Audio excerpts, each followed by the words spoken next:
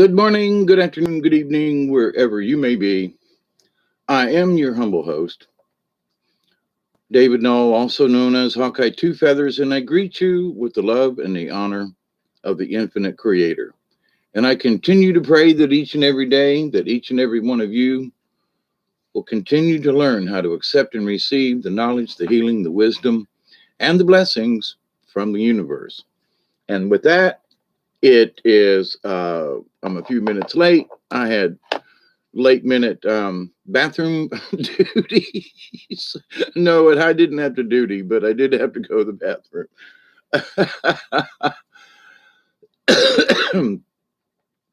But anyway, greetings everybody. Elder Barry, Miss Delaney, as always. Jazzy, how are you?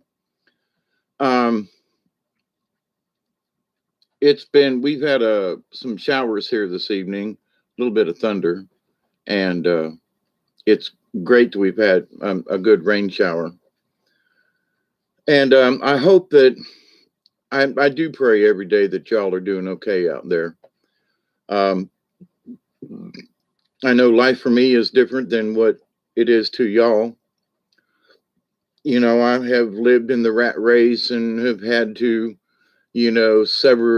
suffered the indignities of life, if you will, and having to have had, many mundane jobs and, you know, I did my best to raise families and to put food on the table and to help folks where I could and when I could.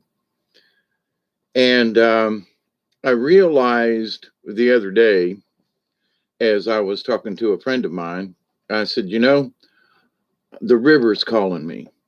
I said, I'm dying to go to the river. And that kind of sort of prompted this discussion for the last several days that has kind of been rolling around and tossing around in the back of my brain, in that, there's a lot to be said for that phrase. I'm dying to go to the river. Well, I'm dying to go to Voca. I'm dying to get a new job. You know what I'm saying? So a lot of folks use that term. I have used it many times over the years.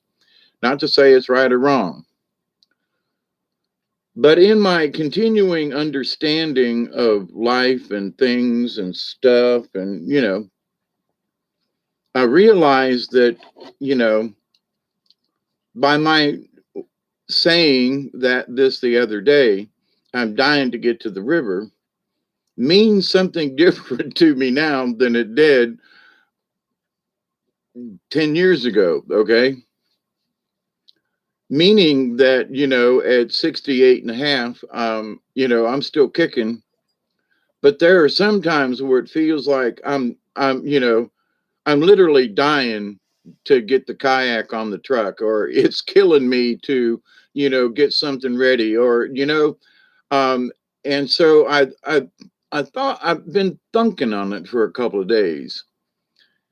And I thought that this would be an interesting, at least a sort of topic for discussion, in that the idea of that every day we are dying. Our cells are going, and the older we get and stuff. But to the point, it's not that we're dying. But here's the other side of that coin. There are children with cancer who are going through extreme measures. I have several friends of mine. My younger sister has went through breast cancer and going through the therapy and all. A friend of mine had colon cancer, and he's doing better after almost 2 years. But my I say my brother Randy. I've known him for 40 years at least, maybe even before I started living here. But I've known Mr. Randy R.B. Smith, and he died on the table several times, and they had to bring him back. So this idea that folks are dying to live is not just a metaphor, in that there are many people who've gone through many different kinds of surgeries and heart problems and cancer treatments and you name it. And they have to go through, now, knock on wood, I have not been through that yet. I've been through broken bones and, 25, head concussions that were serious enough to list. There's been more than that, but to the point though that there are times where it feels like for myself, I'm fighting the day. I mean, I'll wake up and go, Jesus, I just want to be awake today. That's all I want. I just want to be awake. I want to be aware. I don't want to get knocked out again. And so, I feel like at times that I'm dying just to live for the rest of the day. Now, I don't mean that in some kind of negative way, but when my head, blips out on me, it's a blip rather than some kind of medical term or something to give, I hate to use certain terminologies. Yeah, Julie. Hi, how are you? Robed Rebel, how are you? Jazzy, I think I said hi. Doug, good evening. Yes, and to you as well.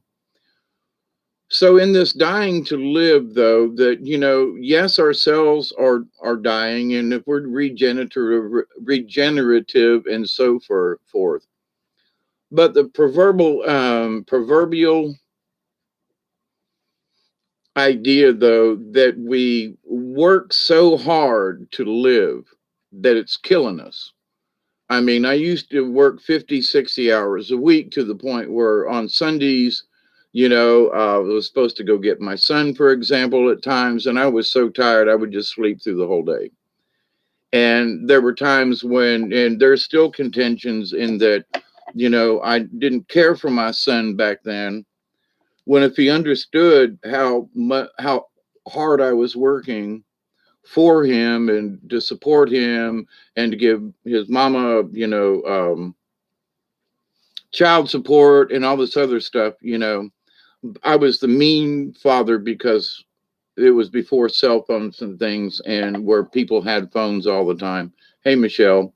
Ray of Thoth, how are you? I think I got you, Elderberry. Hi. Julianne, yep. So, but anyway, this is not to, suggest that, there's death all around us. There is. But that's not my point of this, in that I struggle every day to have another day of life.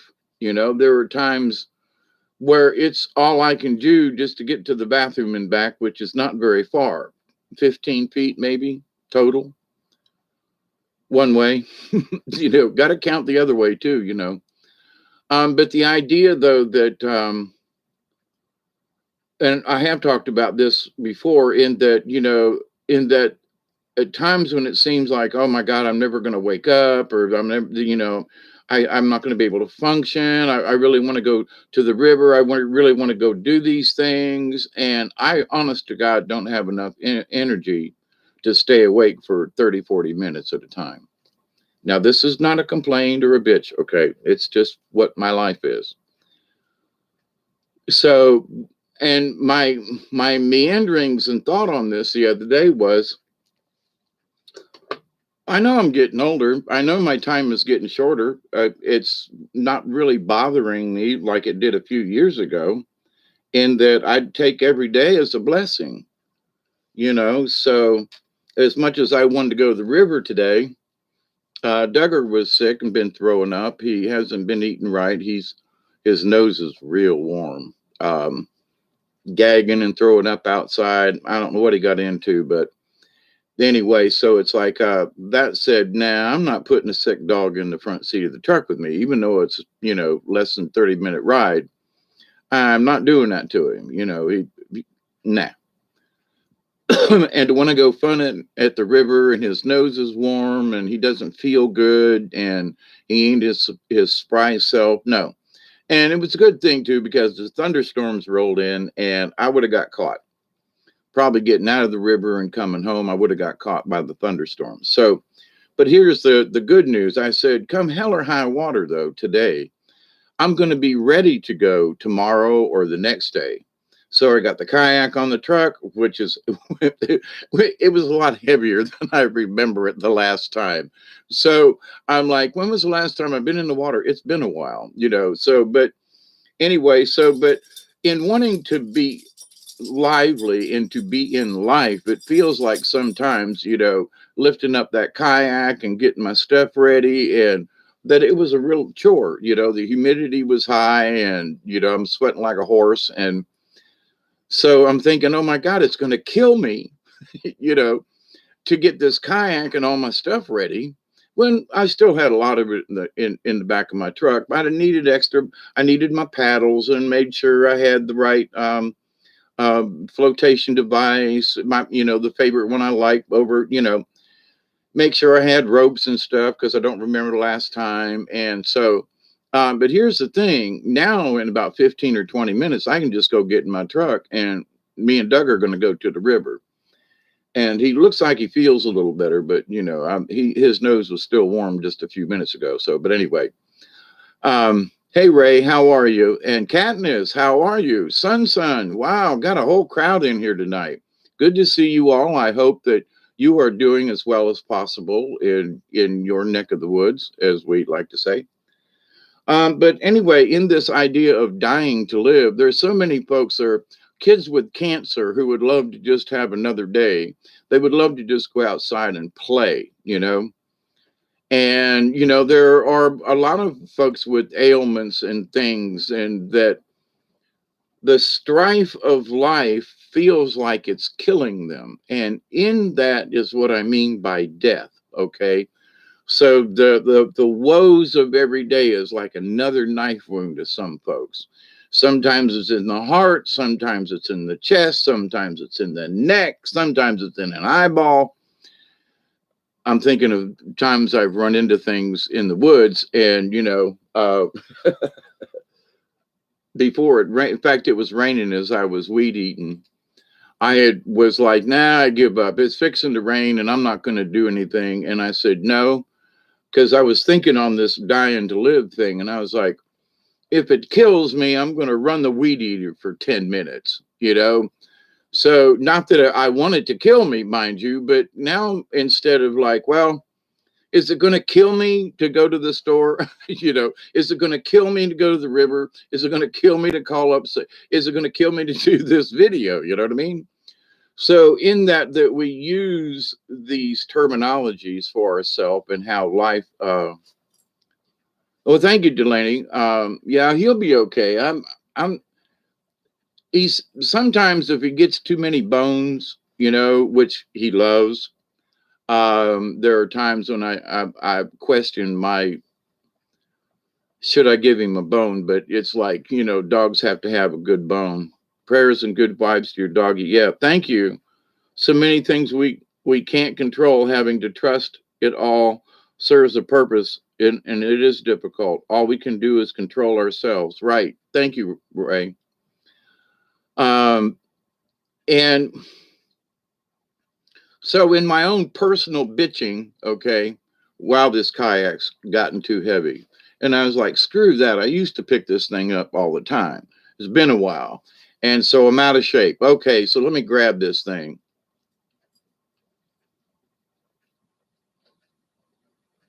This Tugger, oh, you were sick, Doug. I hope you're feeling better. Send some healing prayers to you.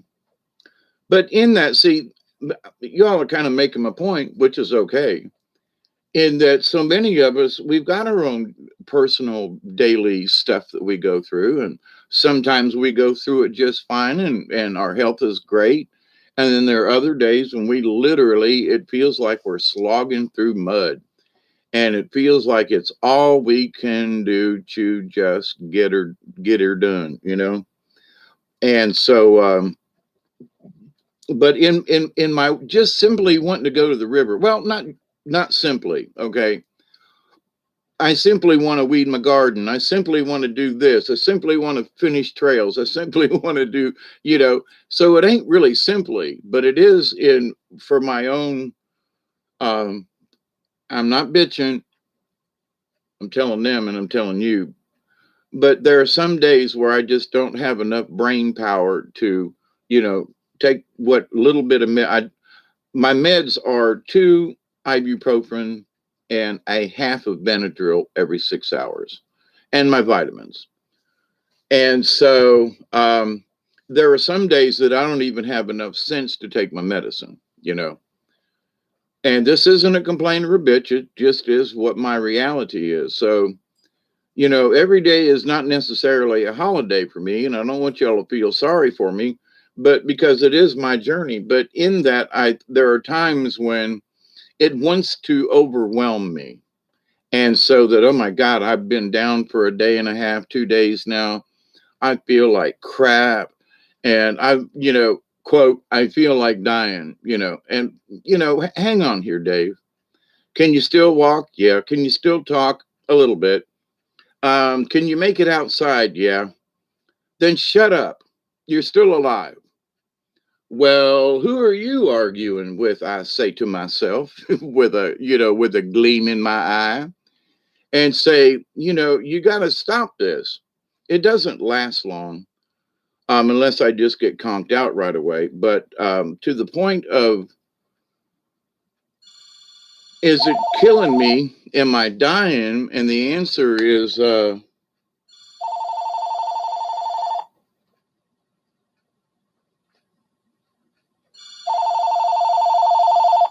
that thought. Hello? Hey, bro, how you doing? Is this Isby? Yeah. I'm doing a live video right now. Oh, really? I didn't get no. I didn't get no. Oh man. This is Ken, everybody. Calling me on the phone. Oh man. So 15 minutes ago. yeah, about 1644 on my clock. So let me get back to this. Come join us. I'm here. Listen, I want to call you. I want to come down to you. Okay. Well, we'll talk after this. You going to be up? Well, I'll stay here as long as you're here. Okay. Thank you very much. All right. Let me get back to the live stream. We're still live. Oh, I'm here. All right. Talk to you. Bye. Bye. So that's Isby. Some folks know him as Ken. Wanting to have a chat. He wants to come. I can't stay, but just wanted to say, love you all. May the divine bless every one of you. Unconditional love. Thank you, Ray. I'm glad you stopped in and said hi. With love and honor and blessings to you and yours. Right back at you, sir. Anyway, I was trying to get on here at 12:20 so I could do a bowl with everybody, but I missed that, and I started yakking right away, and now it's 12:46, and I still want some of this. So smoke if you got them.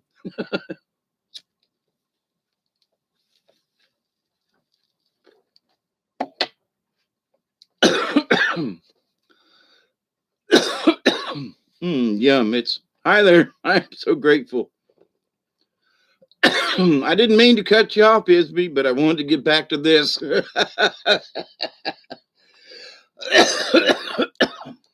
So anyway, this idea, though, that of course, I use myself all the time as the example.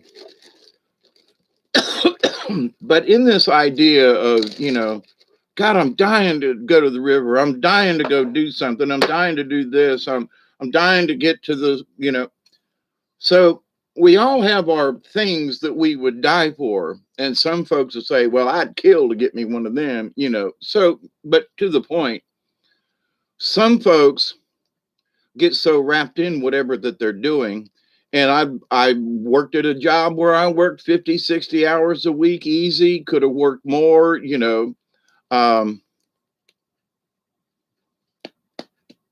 you're glad Barry's got your back. Hey, David Castle, I don't know if I said hi to you yet. And Doug, yeah, okay, I got you. Michelle. So, but anyway, this is not about being any kind of depressed. Okay, if anything, this is about well,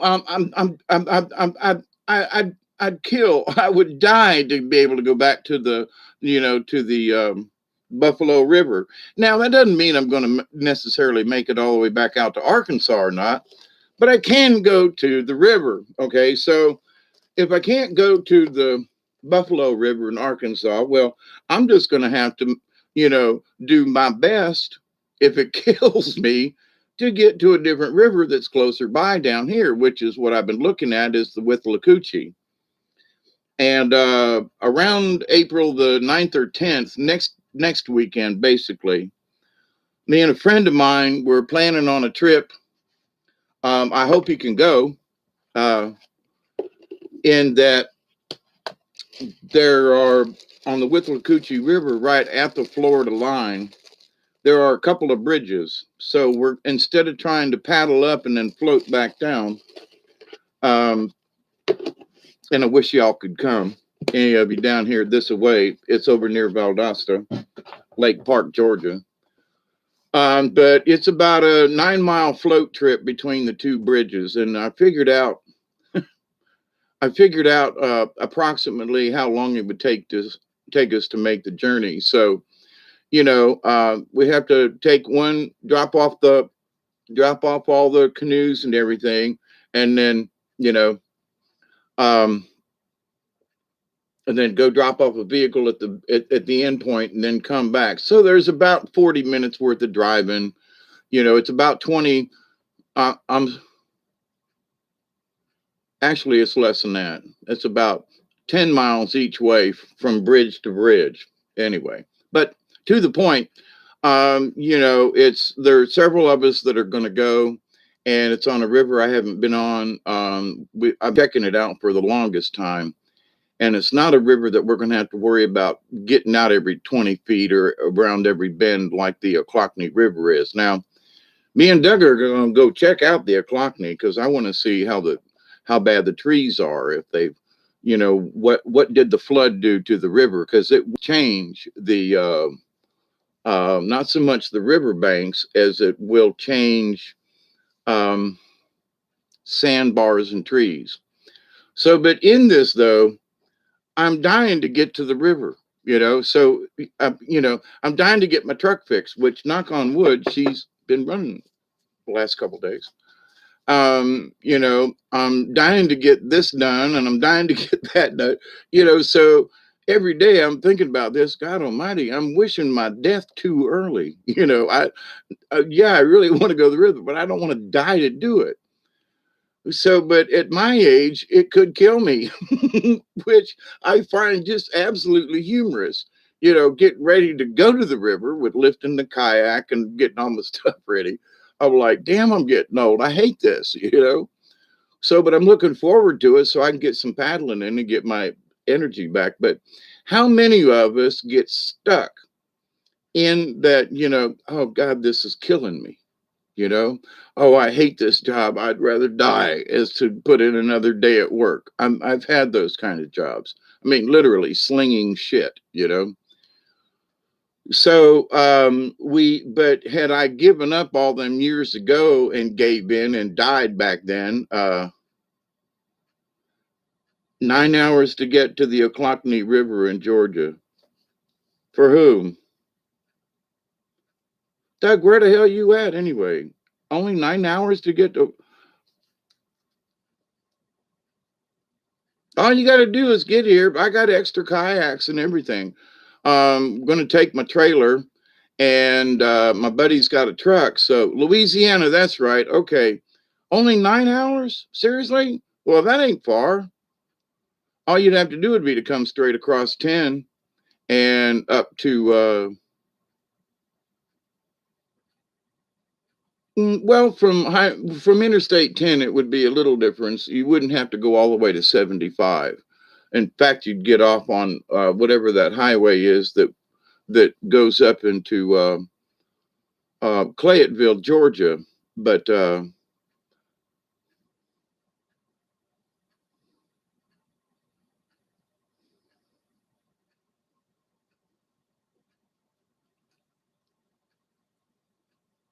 yep, I wish I could get to where you're at in Louisiana. I really do. But so anyway, and it doesn't have to be, they've got an anniversary coming up, And, every spring they do this little thing. And so it's like, okay, this weekend being Easter, not that I am celebrating anything. The weather's supposed to cool down here for this next few days. It's actually supposed to be in the 30s in the morning. So, maybe I left that pile of wood in here on purpose here at the house. But the idea, though, that if as you're going through your own life, think about how many times, just for your own sake, and what did it mean to you to say, I would die to be able to go to that concert, or I'd die to be able to get that pair of boots, or I'd die to get it. Just saying. So how long would how many times have you said that? And for every time that have said I'd die to be able to do that, is that a death wish? I mean, in a way, or is it, for me here now today, it was like, well, death, if you're calling me, you're going to have to wait, because I'm going to put that freaking kayak on my truck and I'm going to get my stuff ready. And if I don't go this afternoon, and I was like this, I was that close to going, but with Duggar being sick and then the storms coming in, I was like, I tomorrow's another day, and it'll be cooler, and there'll be a little bit more water in the river because of the rain we've just had. So, and it'll smell nice and fresh with after the rain. But do I want to kill for it or die for it? And I was like, no. But I'm going to give death. I'm going to give death a run for its money. Screw it. I'm getting my stuff ready. So about 15 or 20 minutes of gathering a couple little things, grabbing a drink and whatever, and a treat for Duggar, to go down on the river with. I'd take a couple of hot dogs, and that keeps him busy. This week you'll be in Arkansas. Well, safe journeys, Doug.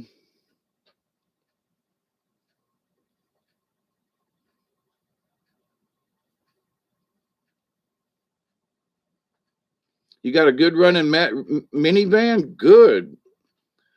And I'm supposed to work out a deal to get this. I think it's a 2001-ish Jeep, 4-door thing. A Jeep.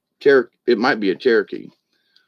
But it has a ball on it and everything. So, and look, it don't have to be a weekend. If this works out on this river like I'm hoping it will. I've looked at several different rivers and things and runs and stuff. Not that we can't go on the Oclockney, but Quitman is only another like 40 miles.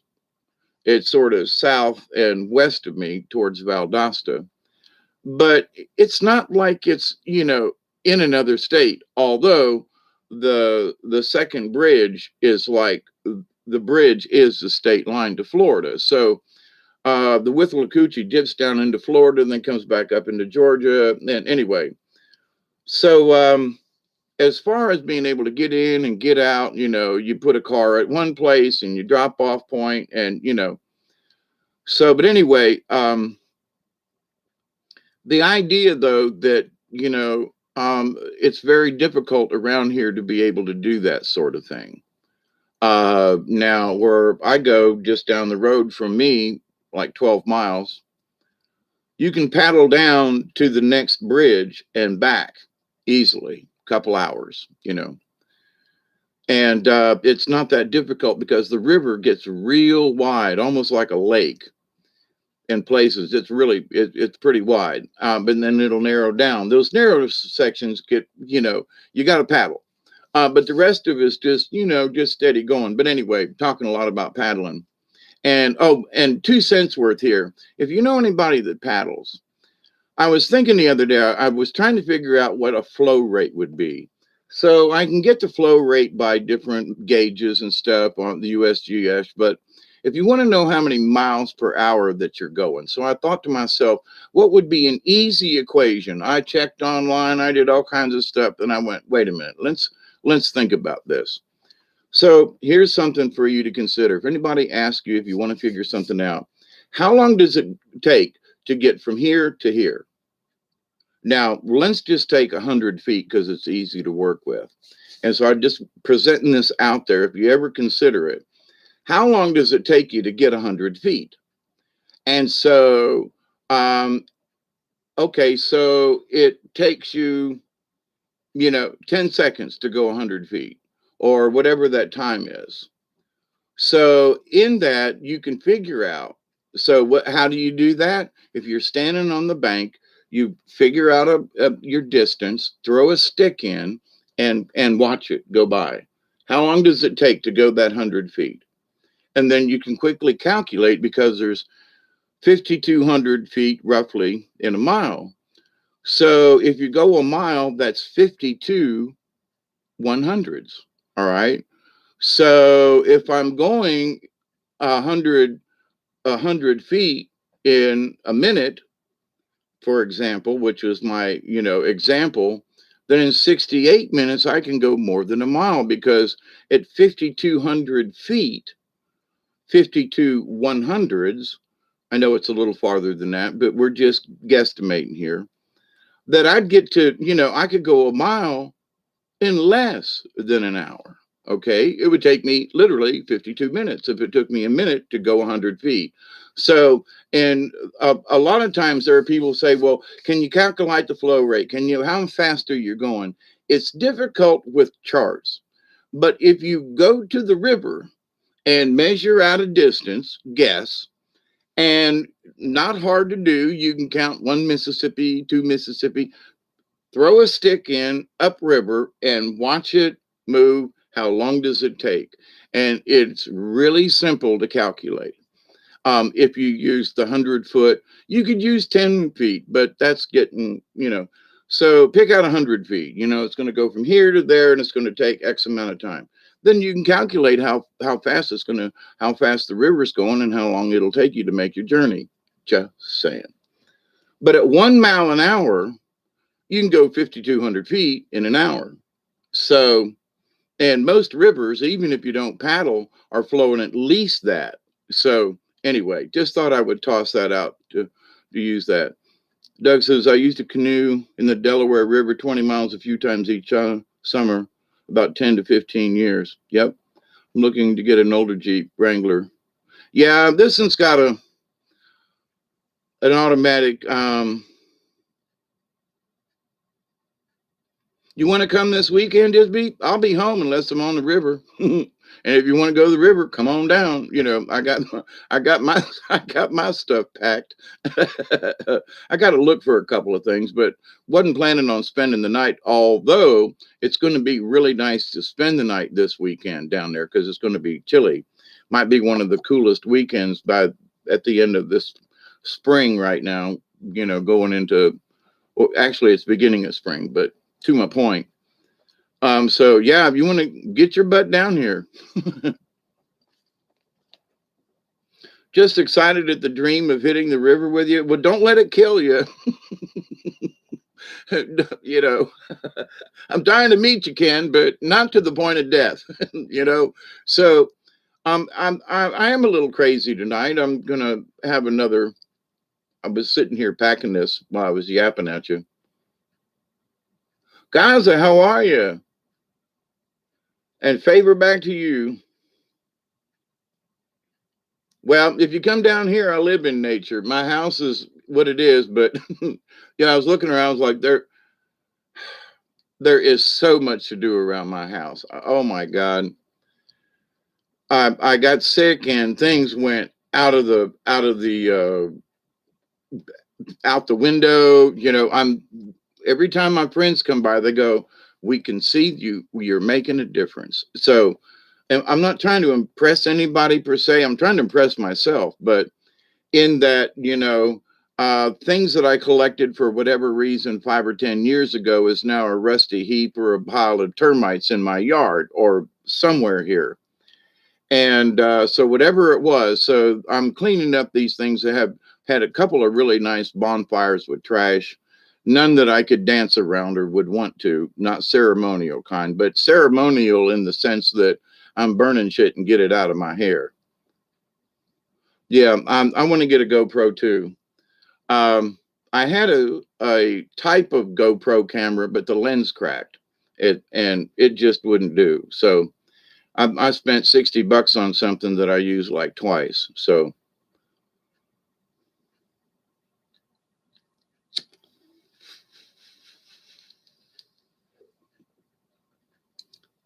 well, Ken, what I mean by bad about my house, there are places in the corner where I noticed that there's like two screws holding the board on. And I was like, now, how long has that been like that? I was outside sweeping and cleaning and doing it. I was looking at one of my windows and it was like, there's three screws holding the damn thing in. Three screws holding the window in. It was like, but that window's been there for the last 20 years. You mean so for the last 20 years, that window's only had three screws in it to hold it in? Holy crap. I mean, so there are things that it's like, I was talking with my friend the other day to come to see me, and I said, there used to be a ceiling in my kitchen, but rats had gotten into the house years ago and couldn't get them out, and you could hear them running back and forth upstairs. I mean, under between the floors, between the kitchen and the upstairs. Couldn't get them out and didn't want to poison them because when they die, then they stink up everything. Then you got to find them. So I took down the ceiling in part of the kitchen and it never went back up. I couldn't get anybody to help me put now I don't even know where the boards are to go back up in the ceiling. So I'm going to have to start all over. But, I've had to disassemble the house several times because of termites and other kinds of things. So, but anyway, so my house was a long way from being, finished, but it's an old, I've got a door on my house that uh, every time I go to try to fix the window, which there's a pane been missing for at least 2 years. This is so sad. And I got a piece of plastic in there that's too narrow. And to keep the bugs out, I put a piece of cardboard in behind it. And like, I've got plexiglass and other windows, but I can't seem to get the right combination at the right time. And then I forget. And so it's still there, Was going to hang another door on it. It was like, well, why should I hang a door on it when if I finish the porch, which has been 2 years now, so that that door won't have to open and so everything has been an excuse, but I realized that what used to take me 20 minutes to do takes me a day. So, I used to build sets in a couple of hours and put stuff up. I used to be able to tear out a back porch and put in a new one in a day, depending on the side of the porch and extent of the work. But, I've repaired roofs and tore things out and put them back together in a day or two. And here I'm sitting and I'm like, it it takes me an hour just to sweep. So it's like, but in this, I'm thinking to myself, living every day is going to kill me, which is ironic in and of itself. And so instead of it like worrying the crap out of me and, oh my God, I'm going to die, I'm getting old, all those things are true. But here lately, every time I think about it, instead of getting all misty eyed and boohoo and nobody loves me, everybody hates me, I'm going to eat some worms when I die. Sued. Oh my God. Good. Nah. Because regardless if it's today or tomorrow or the next day that, or 10, 20 years from now, that is my passing. And when I was younger, I had this attitude, but somewhere through middle age, I kind of lost it. But through head concussions, through operations, through procedures and things that I had, left me brain dead and drooling in a wheelchair. Now, even though I'm a year older and, the kayak doesn't weigh anymore, but, it felt like it. I was like, man, this thing gained 20 pounds. I don't know. But anyway, but, I got it off the trailer and I got it onto the truck. I went scrounging for some things and realized that I I was going to have to buy another wheel to go on my trailer. And then going through my camping stuff out there in the other trailer I got out there, I got several trailers. I noticed that I had an extra wheel, and it's a 5 lug, which is my new trailer. And I was like, oh my God, I've got a spare wheel and the tire is good. It just needs air. And I've had it all along.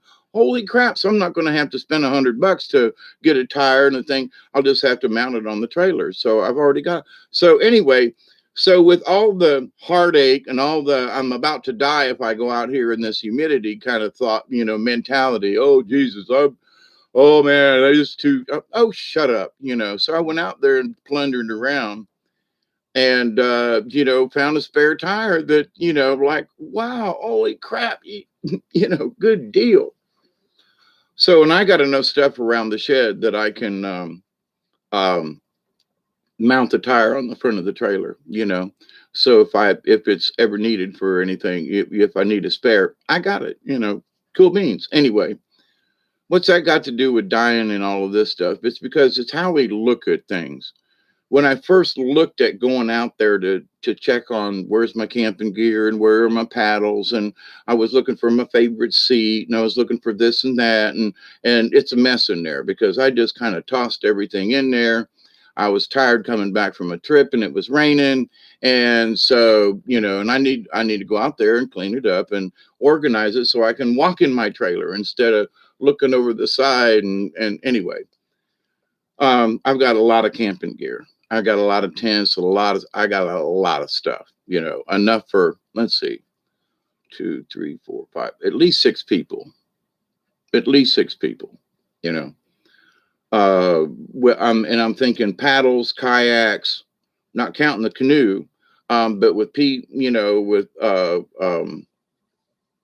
life preservers and everything. I've got at least 4, 5, 6, I've got at least 6. So, so 5 people can go with me. We can do more than that. I've got 5 kayaks and the canoe. So it's, if somebody wants to go and there are 4 or 5 or 6 of us, we take the canoe as well and off we go, So anyway, and I'd canoe just as much as I would love to paddle in a kayak. I love my canoe. It's just so damn big. I want a kayak to have on my van roof, but I'm not in my 60s and that asking if I can handle it loading and unloaded. I can handle it on the water though.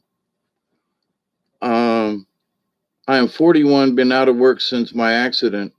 I'm sorry, Doug. I will not work for anyone else again. I'm going to launch my business on July 1st of this year. Good for you. Oh, and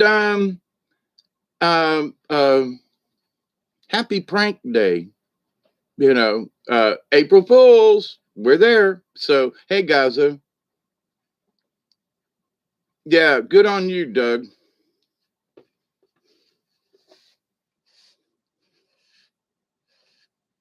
I'm, I'd sink a kayak, but I can canoe though. A lot of people told me that they couldn't kayak, and one of my friends was 325 pounds. And in fact, the blue kayak that I have is actually his, but he gifted it to me when he left, and he said, for the $200 at Walmart or whatever it was at the time, it was around 220, I think.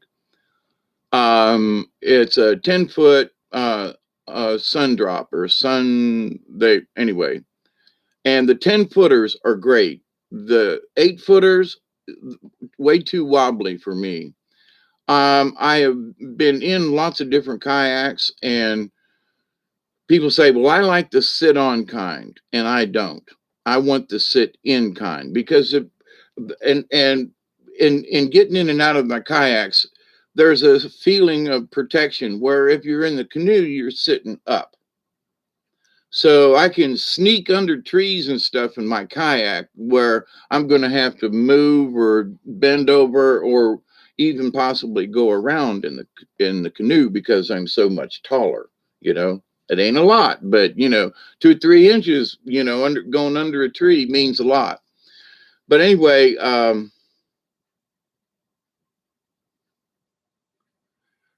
I'm 341 right now, and I've lost 87 pounds in 5 months. Um, Sitting on hell no. Well, my friend, anyway, in this kayak, it's like a 300-pound limit.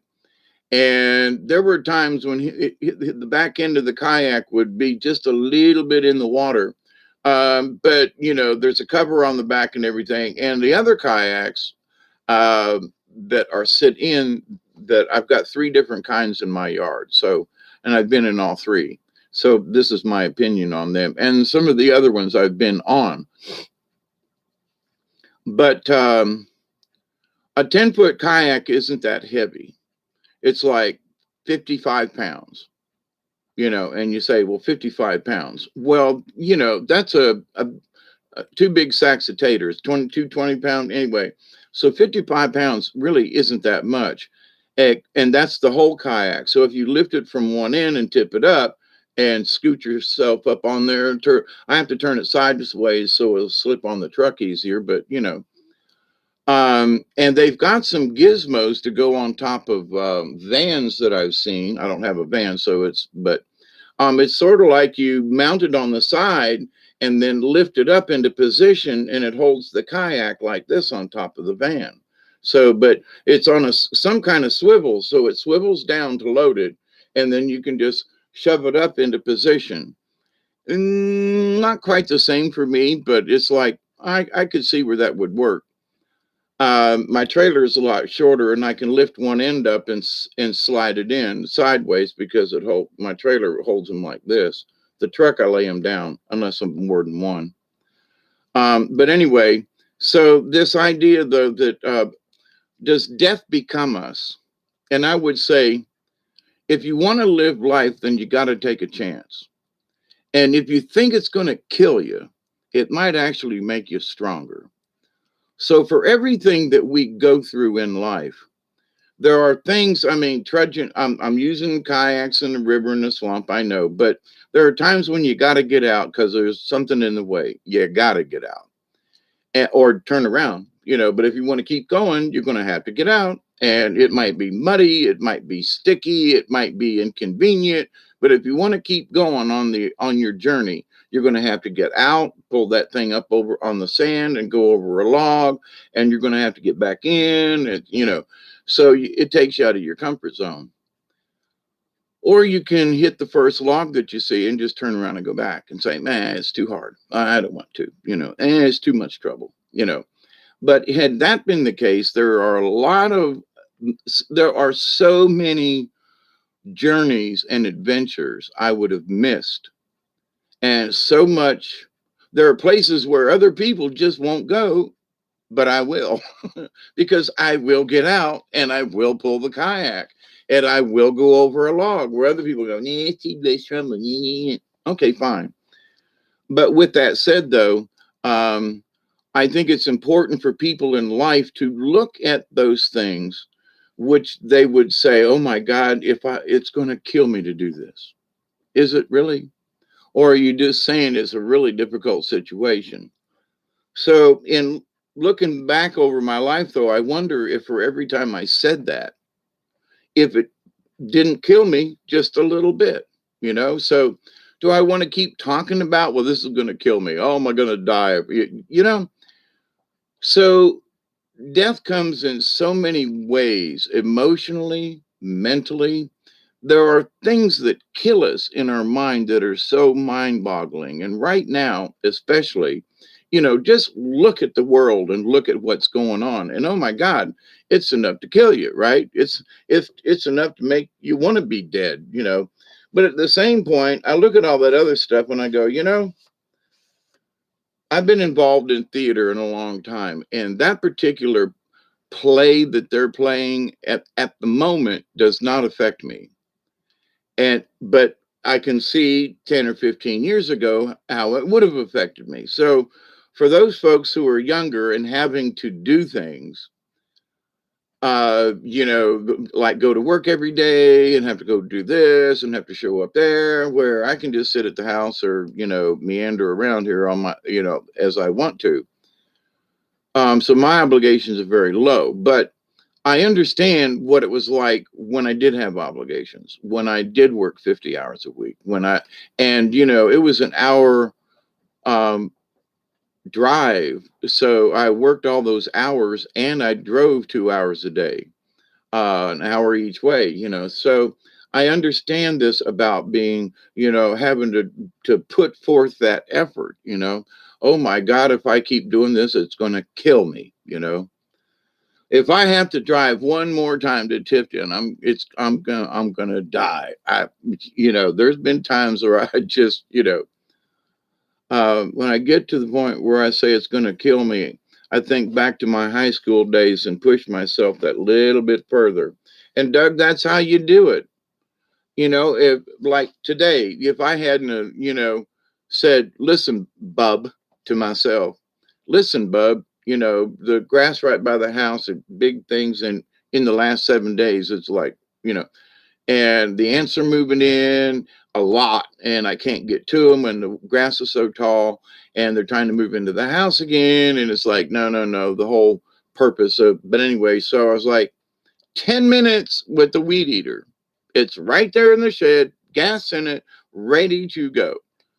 Yeah, but I don't know. I'm tired. I'm getting old. Screw it. I cranked that sucker up and went for 15 minutes and mowed a good section and up around the trailer and around over here and where people come in. And I'm like, so my lower back is sore, but it was sore when I went out there. You know what I'm saying? Did it kill me? It hurt for that 15 minutes, but I've been in pain for the last 20 years, so what's a little more, right?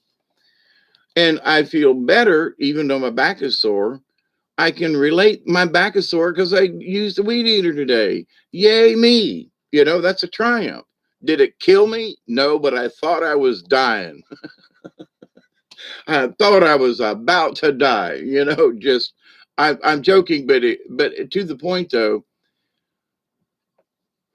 years ago, and maybe not that many, I was involved in this. I'm dying here. Well, but being drooling and in a wheelchair and not being able to do anything. I mean, really not being able to do anything. As opposed to now, I'm like, I look back on that, like you said, Doug. 12:20. Ooh, yes, smoke if I got them. Thank you.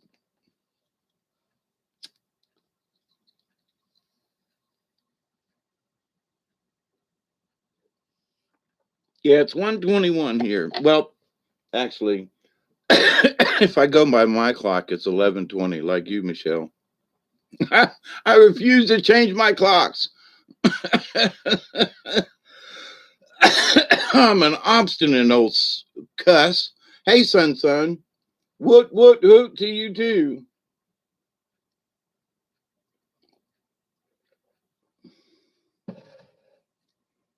But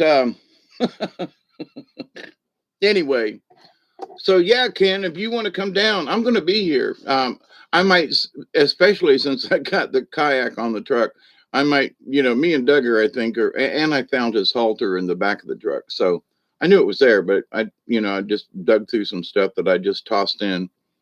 Shame on me. I should be more organized, but it goes in, it goes out, it goes in, it goes out. I got way too much stuff because my idea a couple of years ago was to provide tours for folks on the Ochlockonee. And then I found out I started doing different sections of the Ochlockonee and realized that dream was stupid.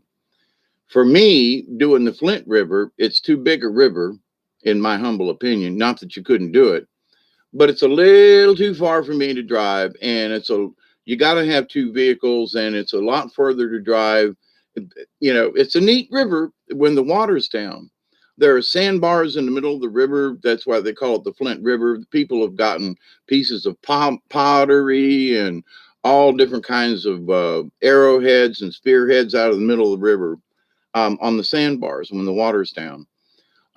So it's not that I don't like the Flint. In fact, that's one of the places I like to go camping up on the bluff over there. I was talking the other night about going to a place and where there were lots of orbs that I've taken pictures of over the years. And so, but to be able to go on that river, it's twice as big as the Ochlockonee is, or three times in places. It's pretty wide. Um, and it flows a lot faster too. You can get turned and hurt in a heartbeat if you're being stupid. Now you got to be stupid. So and there's just no if you've got one of those skirts on your kayak so no water can get in and you want to try rolling over or something, good. Put a helmet on because there are rocks. But for me, sitting in them, it's stable. I've been on some pretty fast rivers paddling upstream, and I paddle along the edges of the river because there are still waters in there. And if you understand about water and how it flows, you can actually pick up an eddy that is traveling back upstream. So you keep your kayak in these places and out of the mainstream, and you can go a long way, not necessarily very fast, because it's a strong river, but you can get upstream without killing yourself. And it's these little tricks that you learn about water and the bank and this and that and the other thing. Anyway, and so I see some people go right for the middle of the river and they say, "Oh, this is too hard to get up." Well, yeah, dummy. Move over to the one of the banks and fall, anyway. So, but in this, I think that, it's going to kill them if they tried a new way or to listen to somebody else because they got a kayak and paddles and they know what they're doing. I just leave them kind of people alone. But the people that I've been with that haven't paddled a lot, I say, now look, and the only way to teach it really is in the river because you have to see certain curves and how the water will pitch around. And so some people will take the long way around a curve when what you should do is point yourself for the point of that curve if it curves around this way. So you shoot for the point and then just dig your paddle in a little bit and turn yourself right there without getting into any. So if you're trying to go, especially with the Ochlockonee, you learn how to go from point to point to point to point to point to point to point instead of trying to stay in the middle of the river all the time, which is just dumb and a lot of effort and you run into things. But so, in what I've learned about paddling canoes and now kayaks for the last several years, it's a lot easier if you just pay attention to the water. And so many people just want to, well, I know what I'm doing. Okay, leave them go. Um, hey, Ed, ultralight airboats. Yes. The problem with anything powered, though, is it's got to be licensed at least in your own state. Um, and so I really want to get my canoe back up, and it's a 1970 something Mohawk, and I realize they're built up in Chattanooga, Tennessee, and the reason mine isn't registered yet is simply because I don't have a title at the moment or a bill of sale. It's upstairs somewhere in a stack, and I haven't done that yet. Because the state of Georgia, in order to register it, needs at least a bill of sale. Now, I shouldn't say this, but what's to say I couldn't get somebody to say, here, fill this out and sign this guy's name? Because who's going to know, how much you pay for it? $200 for the canoe, if that's any issue, which I don't think it is, but they just want to make sure I didn't steal the damn thing. So it's like, okay. But it's like $40 for 2 years for boat registration. And if there is any kind of if there's any kind of power other than paddle, if it's got a motor, then you have to have it registered. Even if it's a kayak, if you had, there are guys out there that are putting little, motors on kayaks and stuff. If you put a motor on anything on the water, then it must be registered in the state of Georgia. So, okay. But anyway, I need to fulfill that. At the moment, I've got a trolling motor. I've got 2 extra batteries, so I'm ready. I also have a small 2.5 horsepower kicker that needs a little work, but it used to run.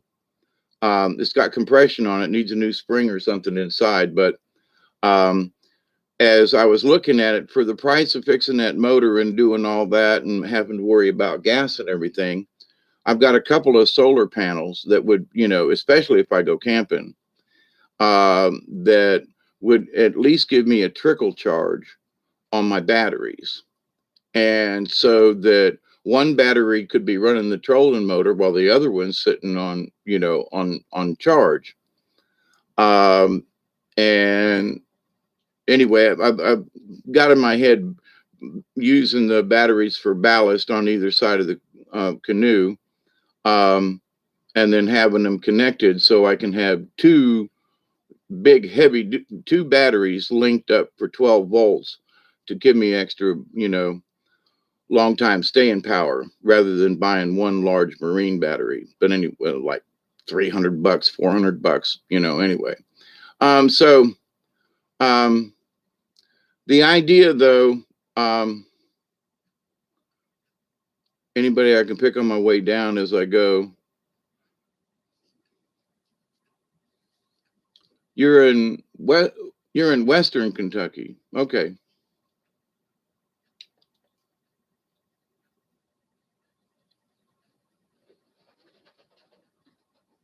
I was thinking somebody else that lives up in Eastern Kentucky, sort of. Up around Gallipolis.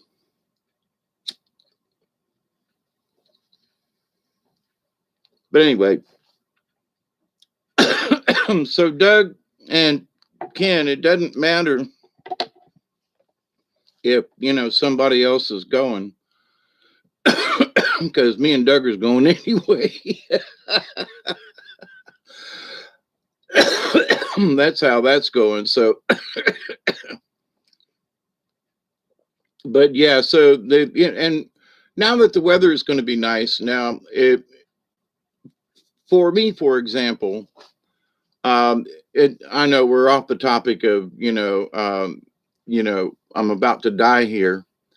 But in this, though, before I die, I still want to have these adventures. I have not been on the Withlacoochee up here in Georgia, and so if I'm going to die trying, I'm going to put forth my best effort. I'm not going to say, well, I'm too old. No, I want to do this before I get any older. You know what I mean? Before something does kill me, and that's it. My internet is bad tonight. Sorry about that, Ed. We had storms earlier, but everything is buried around here as far as the phone lines. So, it's a long way from here up to the driveway, and that's all buried. So, but anyway, the fact that I have internet as good as I do way down the hill out here in the country, I'm like really, really happy and really proud. And this new modem seems to be working pretty good. I've got like 3 times the speed now as to what I had before. So I haven't pinged it recently, but because it's stable and faster. But anyway, in this realm of for me, every day is an adventure, because I don't know if I'm going to wake up or not. I mean, whether or not my head's going to allow me, whether or not, creator's going to put me into the dream time for, some dream walking or whatever. I've been fairly alert, was that close to going to the river. So,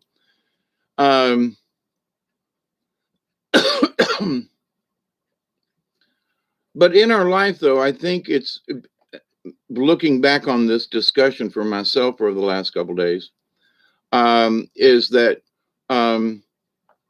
we have to put forth our best effort, because if we continue thinking it's going to kill us, then I think it will, to a lot of people.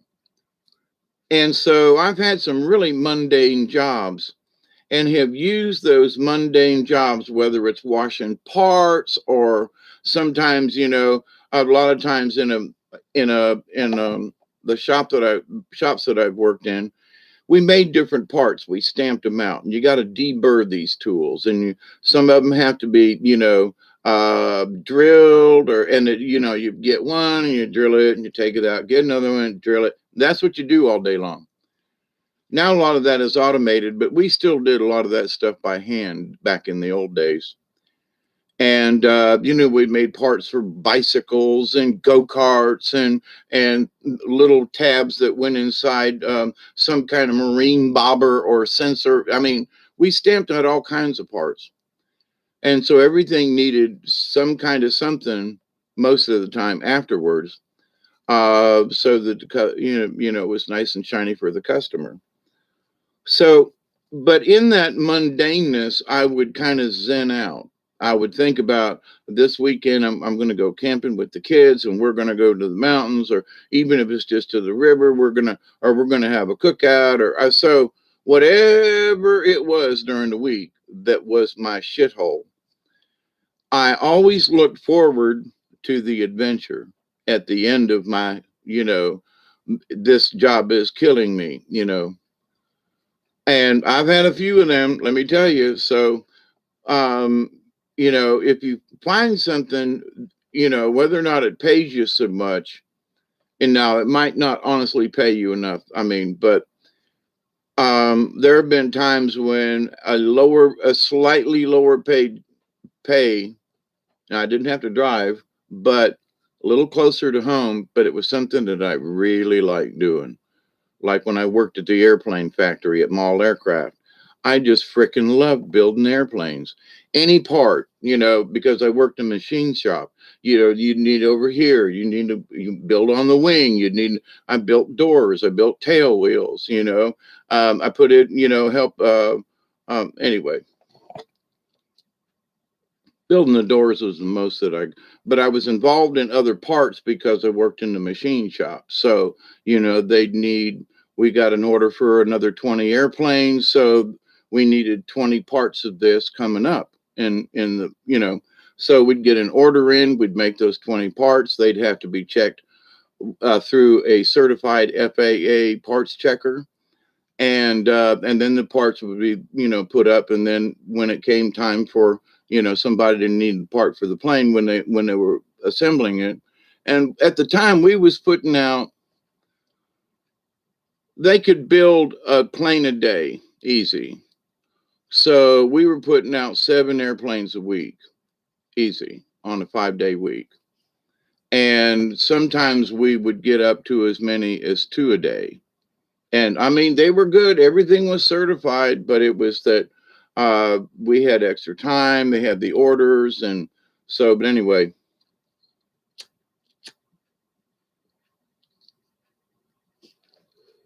literally worked in an airplane factory. Tail draggers. The Mall Aircraft will go 42 miles an hour before it stalls. And it will take it'll take off in 50 feet, 100 feet. With no lie. When I was working there, a small story, BD Mall was the old geezer that ran the place. He had this little cackle that he did. So there was these people from Germany that were there because they had opened up a mall because of the mountains in Germany. The people didn't have long runways. So, the Mall Aircraft was a really good design. It still is, in my humble opinion. But especially after they put the turbocharger on it. But anyway, the fact that you could fly almost 40 miles an hour without falling out of the sky, was perfect. We were selling them to the California State Patrol, and put, being that I was building the doors, we put plexiglass on the doors. where the doors were so they could look out and do traffic checking. I mean, they've used them in Florida. They sold a bunch of them overseas, down in South America. They tried to put these poor souls out of business. They said that they were dealing to the cartel. So, but here's the thing: if somebody from South America says, "Hey, your airplanes are what, 35,000 back then, with a few radios and stuff, yeah, stock, yeah, okay, and it'll take off in less than 100 feet, yeah, and you can land it, yeah, okay, I want two." You don't ask what they're doing with them. Are they going to fly drugs in or out? Are they going to? Who cares? They want you. They got the 35 grand. We're going to build you an airplane.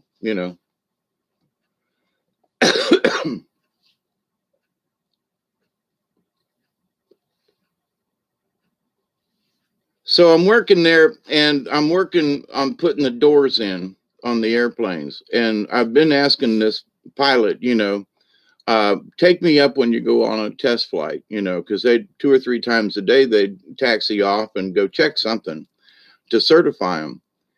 So he says, look, they moved me out of the machine shop and building doors, and nobody showed me how. I just figured it out, right? Well, so he said, look, Dave, he said, you want to ride this morning? I was like, yeah, man, let's go. So brand new airplane, had like maybe 10 hours on it. Taxi out in the early morning, about 8:30 in the morning, and off we go off Spence Field. It's beautiful. The sun hadn't heated up, so there's not much bumping or whatever. So I said, so what you testing? I'm sitting in the right side of the plane, right? And he's driving it, even though it's got controls on both sides. He said, I'm checking the stall speed. And I said, oh yeah. He said, we have to check the stall indicators and everything. And and I said, okay. So we're flying along, that's how I know it's 42 miles an hour, because he's like, the props turning and you can literally watch this thing go around, right? And we're still flying along, and then the nose drops. And as soon as the nose drops, both doors popped open. And I was looking straight down, and I was like, what the fuck? And he goes, and he levels it off, and he goes, yeah, he says, you reckon you can fix that problem for me? I was like, yeah, I got my ride in an airplane. And even though they were shutting down, the bolt wasn't going all the way in the hole. I fixed it anyway. And the doors never popped open again. But it enlightened me, because you couldn't open it without pulling on the handle. But the bolt wasn't sticking to when they went, into a stall. The doors just popped right open. Didn't come out, and then it wouldn't open enough for you to fall out, and you were wearing a seatbelt anyway. But you talk about a surprise. I was like, yes, sir. So I have firsthand knowledge with some stuff, in building small aircraft, and working with people with ultralights. But anyway, what's that got to do with kayaking? I really wanted to fly, but I realized that, because of my head injuries and my bad leg, there were certain things I just, shouldn't pursue, right? And one of them, after having seizures and so forth, yeah, who's going to let me in an airplane to drive it? So, if I could ever, get somebody to take me up, I would, I'd go for it. But anyway, but what I can do is paddle. And so this idea, I was going to tell you about the short takeoff and landing. I do want to finish that. So we're outside and just outside the hangar, right? There's a corner, and there's a corner where the machine shop is, and then there's a big double hangar door. And so the airplane was sitting right there. So these German guys are, talking into the microphone, and they're videotaping. Hey, Jody. Hi, Bob. Videotaping, BD. So they're looking at the airplane, and it's sitting here, and they're standing here, right? And he takes off, and as he does, they're panning the camera, right? And BD knew how to fly. He's dead now, but he knew how to fly him. So he revs up the engine, and pulls off and pulls the nose up, and he's up over the top of the of the plant. And I mean, 15, 20 feet away from the plant, right? The wingtips like really close to the wall, to the door. And this thing takes off, and he takes off and goes up in a bank like this and over the top of the building. And as this guy's going, look like this, BD comes around the top of the building and lands beside the guy. The guy like falls to the ground, and the cameraman's doing this thing. BD almost hit him in the head with the wingtip. That's how close he came.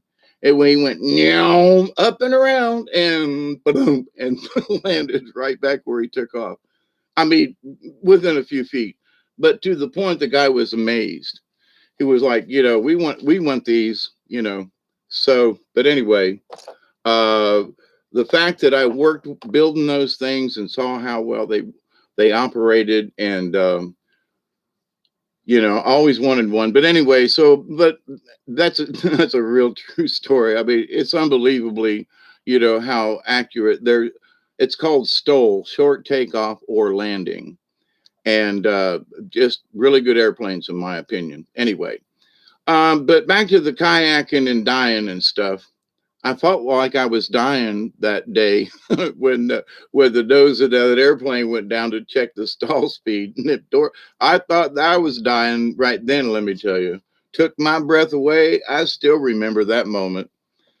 So we have these death-defying days, each of us in our own right, whatever it might be. You slam on the brakes and almost hit somebody, a car comes out, or, I've been through some of those that I look back and go, how did I not hit that person? Because I was a good, race car driver back in the day. And yes, I'm going to get my Toyota fixed too, by the way.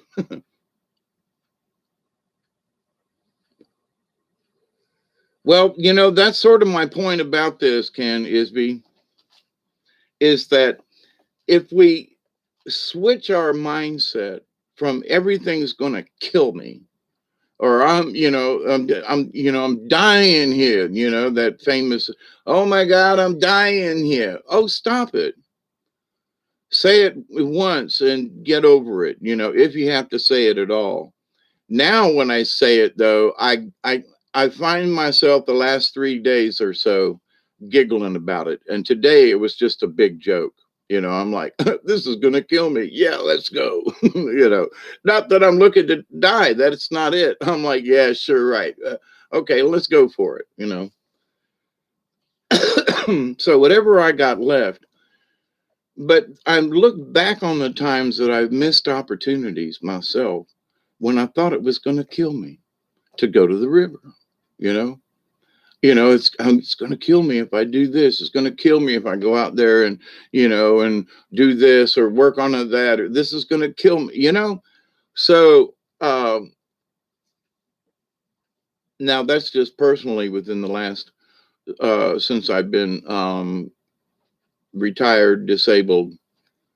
I had a 2-year period where I was disabled, and then I went on to my retirement. Now I'm on full Social Security, which ain't a lot, 1,000 something, $80 or something a month, Okay, it's not bad, and I've learned to live on it.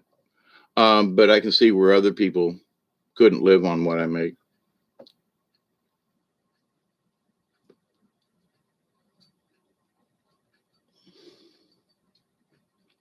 And I feel sad about that. I do. Because I think back on the years when I didn't have $200 a month, and I was begging and pleading, and literally begging and pleading. It was a period of time when I went back to school, and there just wasn't any money, no part-time jobs, no nothing. And I was suffering. If I can quit them, I'll live another 20 or 30 years. I'm not dying from nothing but smoking cigars. I haven't had a good cigar in a while, but if you make it down here, I'd be proud to smoke one with you. I'm just saying. Or two.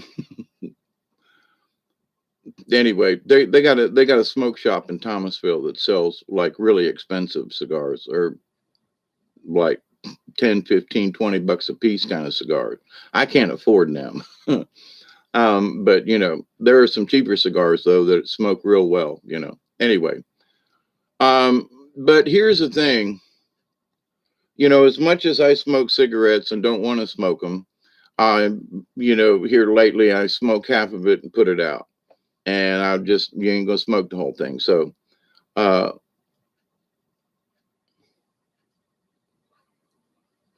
the idea now, I'm not trying to promote cigarette smoking, but with there all the other stuff that I've given up, you know, I ain't to say that I'm not winded, you know, at my age, but I'm not trying to win any races either. I can still go out and dig and do some stuff. I get heat stroke more than I have a heart attack, I think, but um, because when it's cool outside, I can do a whole lot more than I can when it's hot outside. You know, I've had heat stroke several times, and they claim that once you have a heat stroke, um, that you know, you're very susceptible to heat after that. And me and my friend Tommy, we both agree with that. We both had head injuries, we both had heat strokes, and we both agreed that the sun really hurts us now. It's a good thing, Ed, you've never smoked. I was smoking when I was 12, so you know, on and off, living on the carnival as a kid. You know, man, you're bumming smokes and hanging out with the ride jocks, and you know, anyway, drinking beer and smoking cigarettes, and back in the day in the 60s anyway, and later on too, but um you know, I used to smoke 2 packs a day back then, and now I smoke a half a pack a day, which is still too many, okay? But I've went through some dry periods, and it's like one of the few things, if I run out of smokes, I don't run to the store, I roll my own. And I smoke a lot less when I roll my own because it's just so convenient to grab one and smoke it. And I'm down to my last cigarette, you know, but I've got lots of tobacco, and I bought some new papers. So it's more of a habit, I think, of doing this, you know, of wanting to do this. But and I just like the taste of certain tobaccos. Um, Used to smoke a pipe a lot, and I've got several old pipes around the house. And there are those times when I'll crank up one of them, and because basically the tobacco I have is pipe tobacco, and I just roll it into cigarettes. But anyway, um, and thinking about kayaking in this summer, one of the things that if anybody's interested in regards to tobacco, what's its original purpose? To the Native Americans, they smoked it as a uh, it's the sacred herb. So every time I'm smoking here without paying any attention, I'm kind of breaking a code of honor in a way, in that I'm disrespecting the smoke. So there are a lot of Native Americans who talk about it. And this one 90-year-old lady I talked about years ago, God bless her, I met her in Tullahoma at a snowstorm. And, you know, she was smoking them unfiltered Pall Mall. And I mean, lighting one off the other one and smoking them. And but she wouldn't put them on the ground. She had an ashtray. She always took care of it. And she said, you know, I know every time and I mean, she was like smoking 3 packs a day, and she was 90, a little old Indian lady. She was great. I wished I had met her sooner or afterward. I don't think I went back to Tullahoma after that winter, actually. I'm not sure. But she was visiting someone and was passing through Tullahoma and on her way up to Cincinnati or something. So her and my daughter rode the same bus, and had a chance to visit with her while I was at the powwow. It was too freaking cold for anything else, but she was the same lady that I've talked about that used to do beading, and she would look and talk at you, and she'd have beads in the palm of her hand and a needle, and she'd be putting these tiny little beads on stuff and never look at them. She just said, "Son, I've been doing this so long, I can feel them." Hey, Susie Q, how you doing? Um, if I'm in front of this computer, I chain smoke. Yeah, there are certain times when I chain smoke too, Isby. And that's sort of like, it's real convenient because I'm sitting here at the table and the lamp and everything and checking mail and whatever. But yeah, I got that. But anyway, about camping, for example. Now I've been up in the mountains a lot, up in North Georgia and Carolinas, Tennessee's up in there, and a little bit of Virginia. Uh, but been all over the mountains up there for many years. Haven't been up there recently, but and some parts of Ohio, but not. I couldn't stay long, but I've been through them. So um, the idea that depending on what your location is, as to how many bugs or whatever is going to bother you. And I watched this interesting movie with Nick Nolte and Robert Redford called A Walk in the Woods.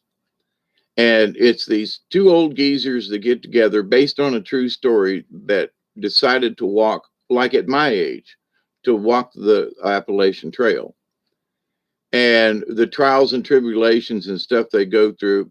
I wasn't sure whether or not I'd like the movie. But once I got into it a little bit and you have to give certain, for me, I have to give certain movies a chance. But the performance that Nick Nolte gave, to me, he's one of my favorite actors in some of the weird characters that he's played. And that his face through the whole movie was as red, it was beet red. And I was like, this guy's going to have a heart attack any moment here, just making this movie. His face was red. And I was like, holy crap. But they interacted well together. It was, there are certain places like up around Ellijay and Hiawassee and I knew where they were at. They were on Springer Mountain, up at the chateau that they built at the top of the Amicalola Falls up there. So I knew where they were staying. Had been up there before, and so it was interesting to see some of these places in Georgia. Now I couldn't tell them only the chateau at the top of Amicalola Falls. But didn't show them driving up that little ass trail to get there. It just showed them said, "Well, we're here." And I was like, "Yeah." And then when I saw them pan the view, I was like, "I know exactly where that motel is. It's in the state park." Anyway, used to camp there all the time, above the falls too. Used to rent a cabin up there and stayed up there, and so used to go to the Springer Mountain, which is the southern start of the Appalachian Trail. But anyway, I've walked several sections of the Appalachian Trail myself, just not through. We'd walk down and then maybe cut back around, but anyway. So I know the area, I know the ruggedness of it, and would I try to attempt that at my age now? Oh, hell no. But what I would do is put my stuff in a canoe, depending on the river, mind you, and say, okay, let's go. Now, for example, the Withlacoochee, it goes all the way down to the Swanee River in Florida. So, if somebody wanted to have a really decent canoe trip, this would be the time of year to do it. The waters come down some. But to make it down to the Three Rivers junction with the Swanee and another river, I can't remember, that's a long way. Now, I wouldn't walk the Appalachian Trail, but I would go from there, from up here in Georgia down there, especially if I had, would I do it by myself? Scratch my head. I'm not sure. I would of course have to let people know that I was going and all that kind of thing, and I'd damn sure have to arrange for somebody to pick me up. I'd have to get a cell phone and some other things, and I'd have to make some arrangements. Not that I couldn't do it or wouldn't do it, but it would be nicer to go with somebody else, not necessarily, 20 people, but, a couple of people, especially, that knew a little bit about camping and being outdoors. And this brings me up to what I wanted to get to a half hour ago, is that what I have learned for myself is that down in the swamp, a tent is not necessarily what you want to be in. Now, I've got several different kinds of tents. I've had several different kinds of tents. I've used them in the mountains. I've used them in the swamp, and the idea, though, that in my older age, for being able to, especially in the swamp, I've been using a hammock. Now, I don't like the hammock. Hammocks will wrap you up and make you feel like this. I don't like that. So, but what I do is that I would carry it anyway if I had a tent. And the thing is you can make this, can be a pup tent. You can stake it out on the ground and crawl in your hammock and be on the ground. And you've got mosquito net over the top of you, and then over that you can put a tarp. But the thing is, though, what I found out, it's hard for me to get up from the ground when I have to go pee in the middle of the night, which is several times. So, but the hammock is real easy to find a couple of trees. And I've got some of these straps with the ratchets, right? Got a hook on it. So you put it around the tree and you ratchet it, and then you tie your rope that goes to the hammock itself. And I can put it up just high enough. I put up an air mattress. It's a heavy duty vinyl air mattress, sort of like you just float on, like in a pool or something. But I've been using these type for years and I love them. And the air doesn't come out of them, but I put my hammock up and then put this inflatable inside the hammock. And then I put whatever, light blanket or whatever on top of that to sleep on. But I find that I can store stuff under it, this or that, or glasses or a compass, or, just stuff, little things in your pockets you don't want to sleep with, but you want to be able to get to. So you can put them under your mattress and between you and the bottom of the hammock. So I always set the hammock so that when I open up the zipper and I turn to step out, my feet are right on the ground. So I'm already in a half crouch position. So all I have to do is just lift up a little bit and I'm standing, which for an old man like me is really important. But now the other thing is that you don't need level ground to set up your hammock. All you need are 2 trees. And actually, if I'm in with my truck, I can tie it off to my truck and something else, a tree, a light pole, or another vehicle, And the thing that I find that's most important is that you can put it up in a couple of minutes and have a seat. You can have a place to sit down that's off the ground. You're not sandy. You're not dragging something in and out of a tent. And so, it's very convenient. Now, I know a lot of people, oh, no, a hammock. It takes a little getting used to. There's that sway, but man, with that air mattress inside it fills out the bottom. And I'm real comfortable. I can turn on my side and not worry about the damn thing flipping over. I mean, stable. And these hammocks that I got 2 of them. They're $40 at Walmart, kind of thing. They're they don't have a hard top on them, but for $10 you buy a tarp. You should have a tarp anyway. I've got more tarps than I know what to do with, because if I take my tents, then I want to lay down tarps on the ground as a ground cloth before I set my tent up. And I got a couple of big tents, so I got several tarps that aren't any good, but for putting on the ground. But anyway,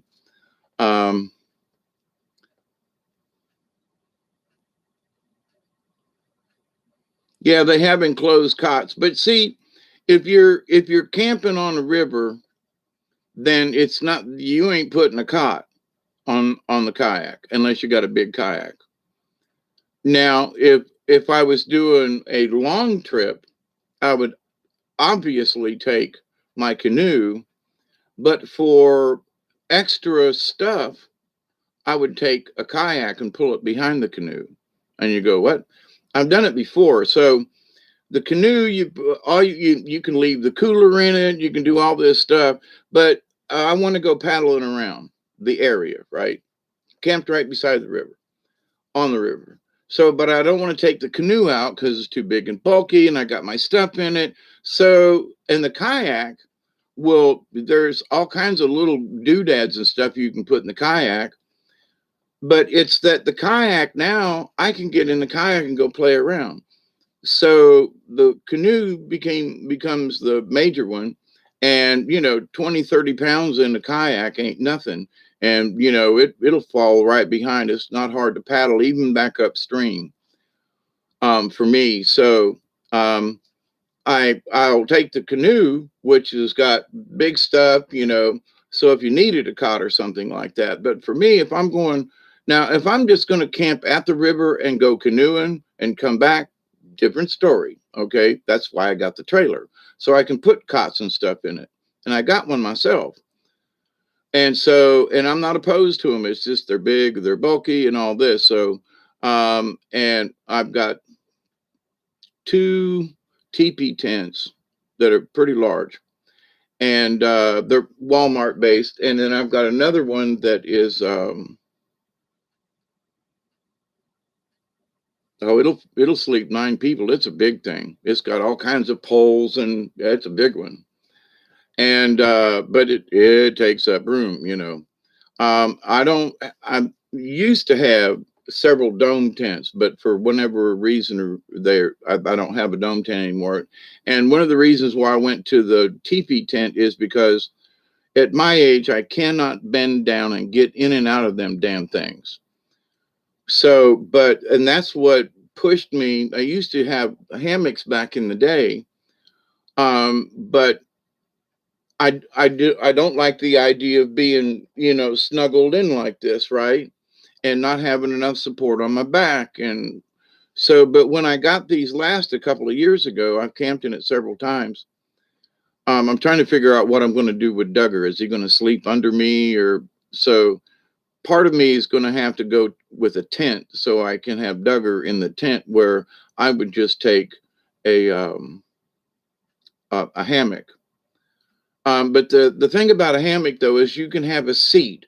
You can put your stuff in it, and it's off the ground. You don't have to worry about trampling or kicking sand in it. If nothing else, it's a good thing to have just to get your stuff in while you're setting up camp. So, but anyway, so for folks who, if you want to go camping, even out in the yard, um, you know, the reason I say a mosquito hammock kind of thing, they've got some that are cheaper that are open, and only at certain times of the year, only at certain times of the year would I ever go without a mosquito net. This coming weekend is going to be cold enough that probably going to be not near as many bugs out, which is good. So I'm willing. Let's go to the river and maybe camp out, with Duggar. At least try it, And he's over there rubbing his head in. He looks like he feels better. He was not feeling it earlier today, though, let me tell you. But so anyway, what I would do personally, and then what I would do with other folk. But anyway, going back to the long trip on the Withlacoochee, all the way down to the Swanee. I'm sure there are folks who have tried it or whatever. But if I was to say that I wanted to go on an adventure, I would love to take the Oclockney, but it's so clogged and nasty and everything and blah, blah, blah. Nah, but after doing my checking with the Withlacoochee, I could go to North Georgia and go on this river or that one, but that's too far. The Withlacoochee is like 50 miles, 45 miles from here. And I'm a lot further north than where I want to go on the river, but even if I put in further up, the journey could really be a long one. But to go all the way down to the Swanee River, and camp and take whatever, and there are a lot of bridges along the way, so it's not that you couldn't stop if you needed trouble. I would have to do the checking as to how close to town would you be if something did come up. But you know, the one thing you could do is possibly have someone that could meet you at certain bridges in case anything happened, and you said, "Look, meet me at you know on day one we're going to hit this bridge. We're good. On day two, we're going to go down into Florida and it's going to take us to this bridge. On day three, meet us down at this bridge in case we get into any trouble. We've capsized, something's happened, we've ran out of provisions. So, meet us down at this bridge on the third day, or something like that. So that you could check in with someone. But, that's a big support team. And for just me, myself, and I ain't got nobody, I don't have that kind of setup. But as far as the adventure goes, to be able to plan an adventure like that, there are places over in the Okefenokee Swamp that you can go. They have trails marked in the swamp, and they have these like places off of the swamp up on decks that you can paddle out to and put your tent on them and camp there. And there's some of them they're way out in the Okefenokee. There may be sort of like a bunkhouse kind of thing. It's on one of the islands that's out there in the swamp. Um, I've been in and around the Okefenokee a lot. It's not far from here, but it just hasn't. I just am not drawn to go back there. Like, ooh, I want to go back. Ooh, I want to go back. Nah, it's okay.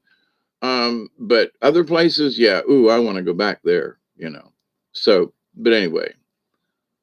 Um, so yeah, if I had a long-term adventure, I had thought about some other rivers like in Alabama, even Mississippi, the Tom Bigby, I think, is in Alabama. And we played different places in Alabama when I was growing up with the carnival kind of thing. And the Tom Bigby would, oh my God, that would be one hell of a ride. So, but I was like, I don't know. But I could pick a river that would have some spunk to it, but not be such that I would be in class 3 and 4 rapids and could possibly get killed. Not looking for that adventure at the moment. But you can get, snagged on a tree stump and get tumped over and almost drowned, you know. So things happen when you least expect them. But um, the idea of the adventure of every day. So I'm working around here around the house, and yeah, I'm old and I don't have to work anywhere, and I got very few responsibilities except me and the dog and the cats, and okay, my life has changed in that respect, but um, I still want to do things, where some people are like, nah, my back hurts, I'm just going to sit here and watch the tube. I have those days too. But it's usually like the other day when it was 94 outside, for Christ's sake, and it was still in the middle, it was the middle of March, almost tied a record, or it did tie a record. But anyway, so, I'm looking forward to this weekend with the cool weather. So, now that I got the kayak on the truck, it's not going to be, and there's a hammock in there and there's a tarp or two. So there it wouldn't take me much more to want to go camping. um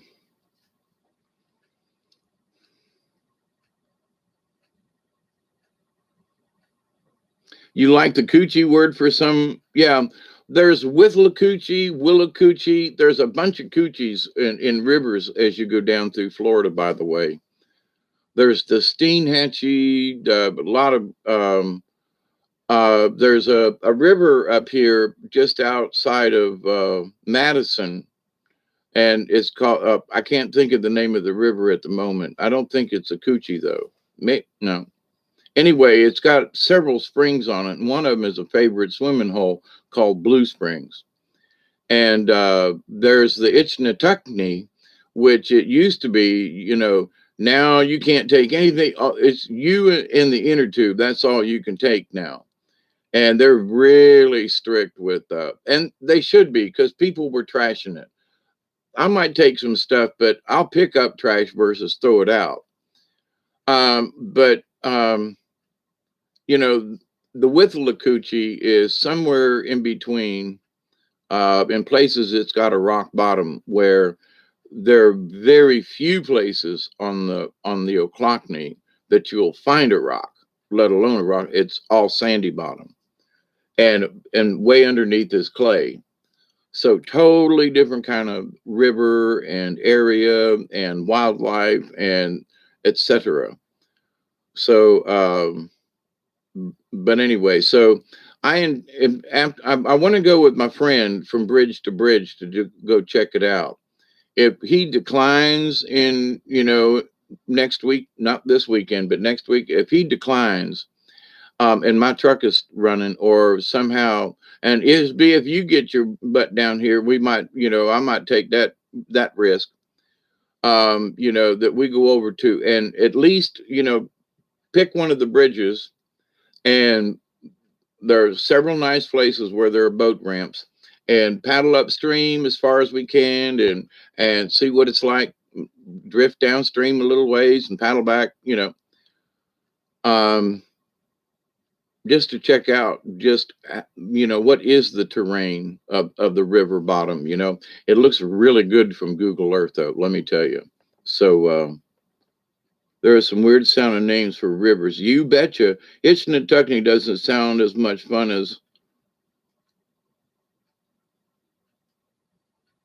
with a Emma. What?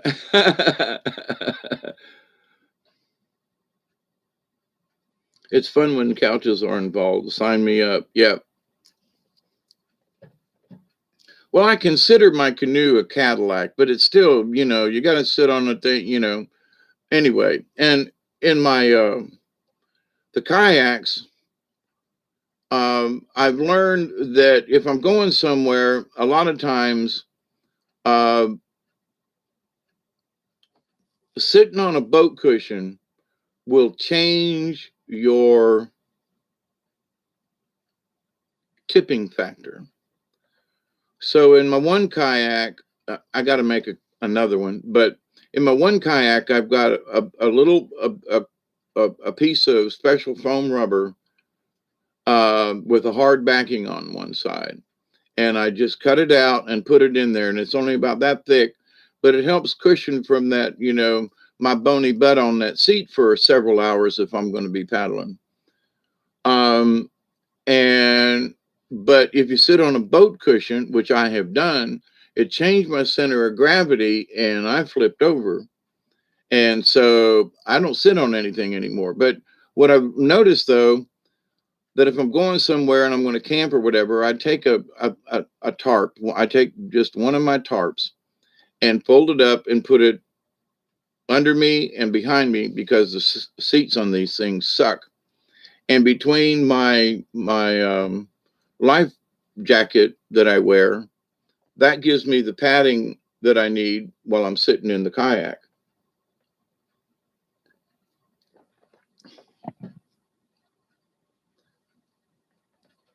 I have issues with some of the backs and things on these kayaks, but it's not a big problem, because I have found that I can cushion it with a tarp or something, and give myself a little padding and make myself just as comfortable as some piece of strap thing that's always fidgeted and won't fit right, and just saying.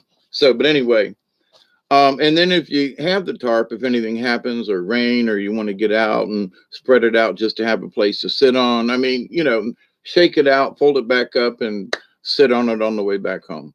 So lots of ways to carry things. And depending on how long you're going. But if I was going to take a long trip, like down to the Swanee River, which I would love to do, I mean, it would. I would be thinking thoughts of the Mississippi River while doing, a narrower river. Now you could do the Flint River. Started. There's not really any place to camp, but what I was thinking of, I've got 5 kayaks. Two of them actually, I got 2 pairs that are the same. So what I was thinking of doing was taking my canoe and using a kayak on either side of it as pontoons, as outriggers. So just connect them with some PVC pipe, and so that I would have this, 6 foot wide boat that you couldn't tump over. I mean, and so I could have gear stored over here and gear stored over there, and I could have plenty of room. And it, but not only that, but I wouldn't have to worry about it, doing this number. You know, I could sleep on it at night if I wanted to. Just stuff. So if I went on a really big safari like that, um, I would want to. I want one to strap on my van. Uh, has it been raining a lot there? We just got thunderstorms came in tonight. It's been actually real. We had a lot of rain several weeks ago, and then it quit. And folks are like, "Man, it's about time for a shower."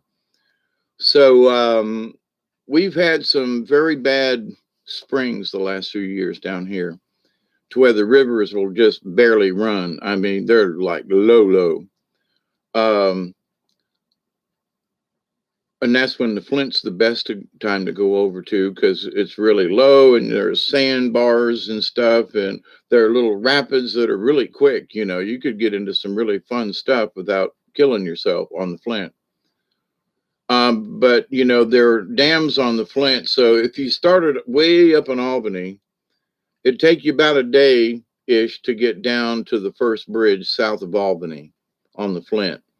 And from there, it takes about a day to get down to the boat ramp that we always go to. And then from the boat ramp down to the next bridge, which is down near Bainbridge, Georgia, there's a long way. So if you were floating, it'd take you a good 3 days. If you started just south of Albany and tried to go all the way to Bainbridge, where there isn't a bridge. I'm sorry. There isn't a dam, but it runs. The Flint River at Bainbridge runs into the Lake Seminole down there that borders Florida, Georgia, and Alabama, and also the Chattahoochee runs in there.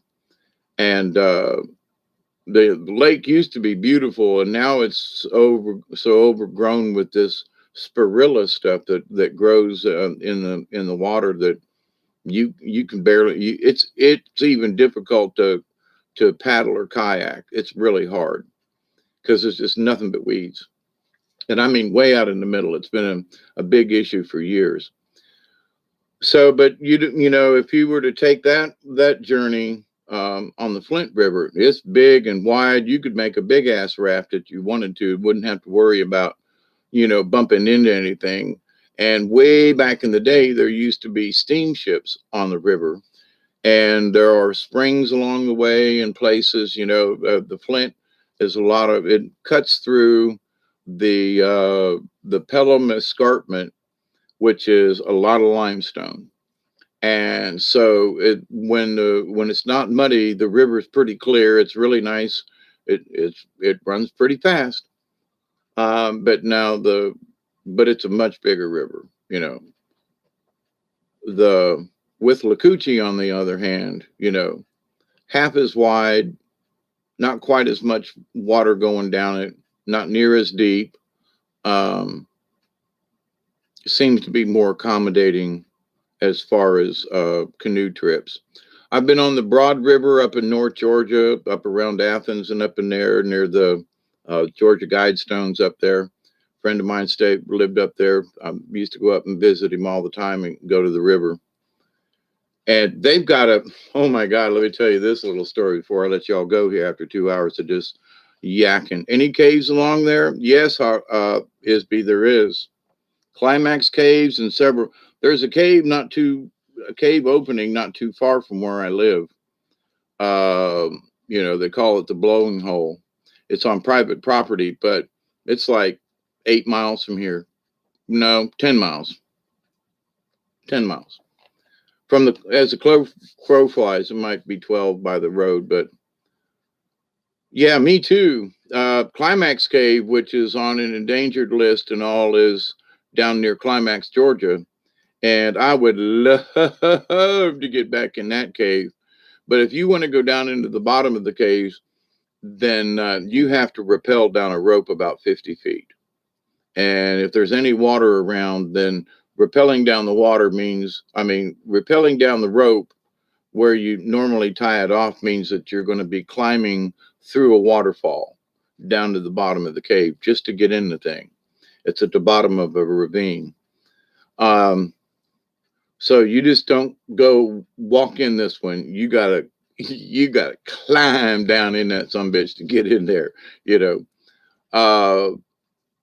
It used to have big 1-inch rope that we used with knots in it to climb up and down it. Because when you come out of the cave, you're full of damn mud and everything, and that rope gets slippery after 2 or 3 people climbing up and down it. Let me tell you.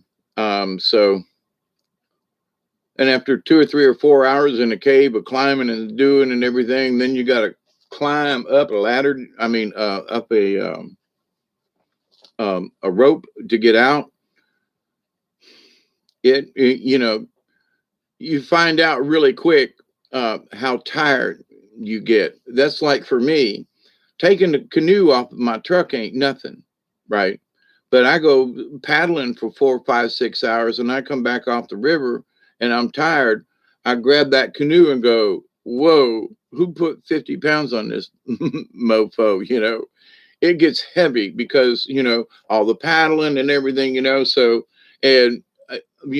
not a young man anymore, so I have to take these things into consideration. So having been in Climax Cave at least 10 times, we used to go down there, although we went twice in 1 week, back when the carnival was down here.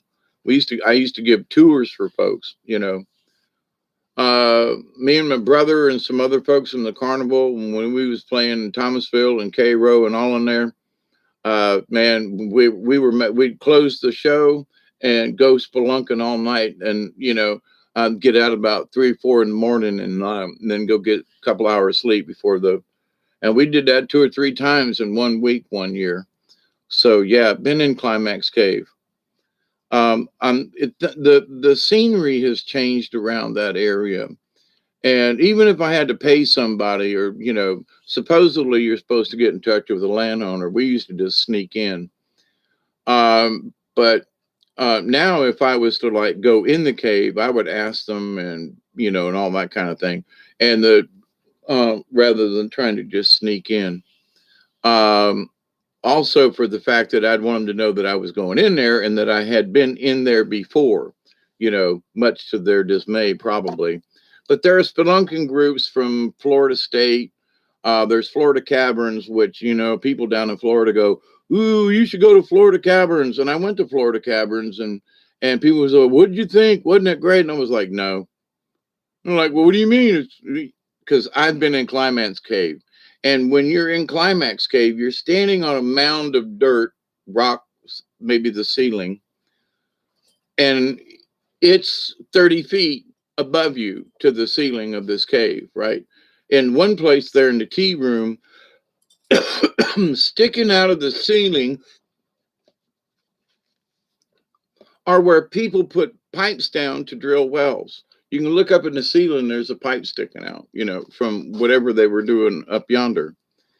And I've been in there in sections I was reading one report of some folks who went in there and mapped it, and I was like, "Yep, that's true. Yep, that's where the tea room is, and yep, down over here. Oh, you mean there is another cave that way?" They mapped a bunch of it. So, but every reference that I knew, the little crystal cave and this, that, and the other thing, they had that mapped on the map of the underground. But in the tea room, it's like you come out from a low spot down here and climb out, climb out, climb out. And as you do, this cave opens up to like 30, 40 feet over your head. I mean, it's like you shine your light up and you go, holy crap. And you shine it to your right, and it's 50 to 100 feet. It's as far as most of these flashlights will really give a good beam. And you can see the other end down there, but it's like way down there, at the end of your light. And so then you turn it to your left hand side and you look down there, and it disappears, but you shine it against the other wall over there. And you can see there's a ledge, and then there's what they call the tea room because it splits off in a T. And we used to go in there down to the tea room where the ledge was and put a candle, one candle, now a big plumber's candle, but one candle, and everybody turned off their lights. And you talk about some eerie shit. And back then we'd smoke smoke a doobie, right? Get back to the tea room. And we explored some other places, but some of the places were flooded when we were there. So there was one time that we waded in water up to our waist and literally had to go underwater to get under a rock to keep going to get to the tea room. And so, but I guess I'm just crazy that way. I want to go crystal digging too. Not so much crystals around here. There are certain sites. I know one up towards Albany that we might be able to sneak in and see what we could find. It's an old gravel mining area, but they took the side of this hill off, and there's a big pond down at the bottom. Private property, but folks have found different types of calcite and stuff like that there. Not an honest to God crystal, but well, quartz crystal, but calcite type crystals. They're more yellow.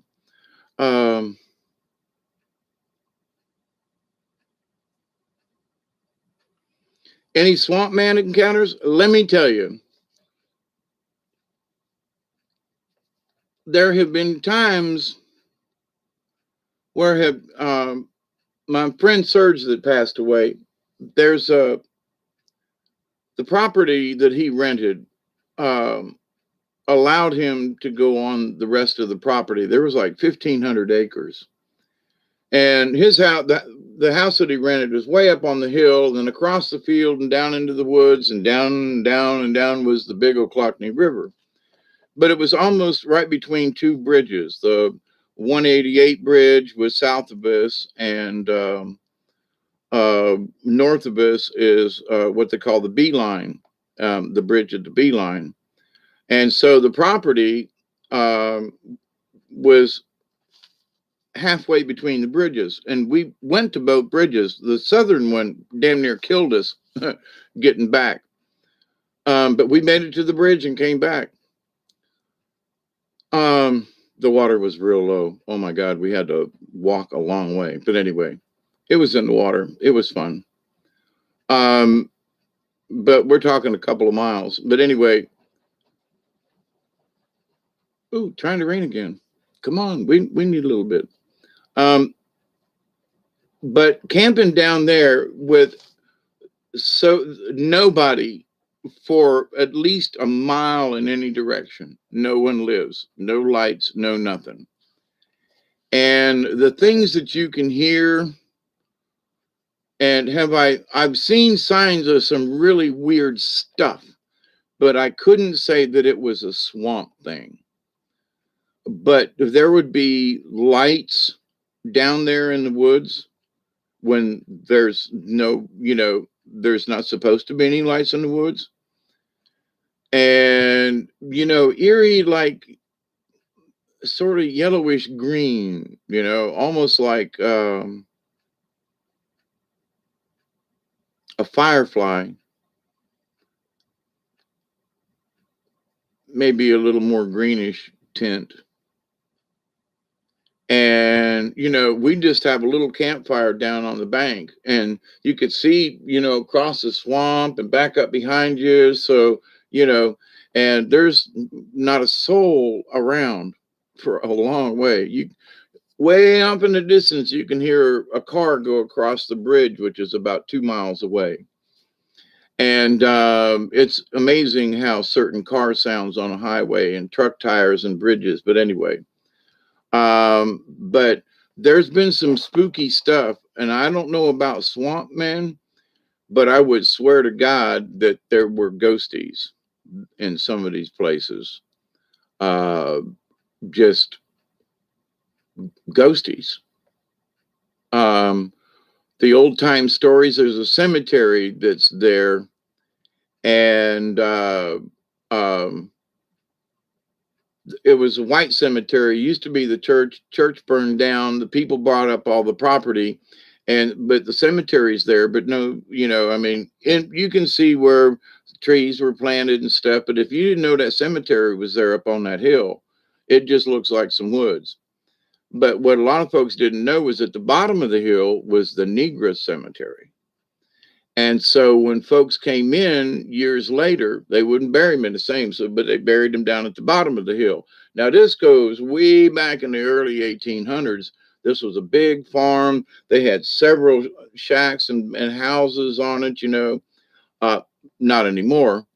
But when you check with the old maps, you can see They even had at a certain place on the river. They actually had a mill at the is it the 188 bridge? Anyway, at one of the bridges, there are still big concrete battlements where they had a water wheel on the river for grinding stuff. So, but anyway, but what happened? Whoever bought the property, then bought the property. They tilled the land and whatever. They did They only allowed wooden head markers for uh, the black cemetery at the bottom of the hill. So all those rotted and went away. And then when people went down there to till up the ground, and farm it, they planted corn and cotton, just several things over the years. They tilled up the old black cemetery and didn't bother to worry about, who. Of course, there weren't any records back then. This is a little church in the middle of stuff way back in the early 1800s, before the Trail of Tears kind of thing.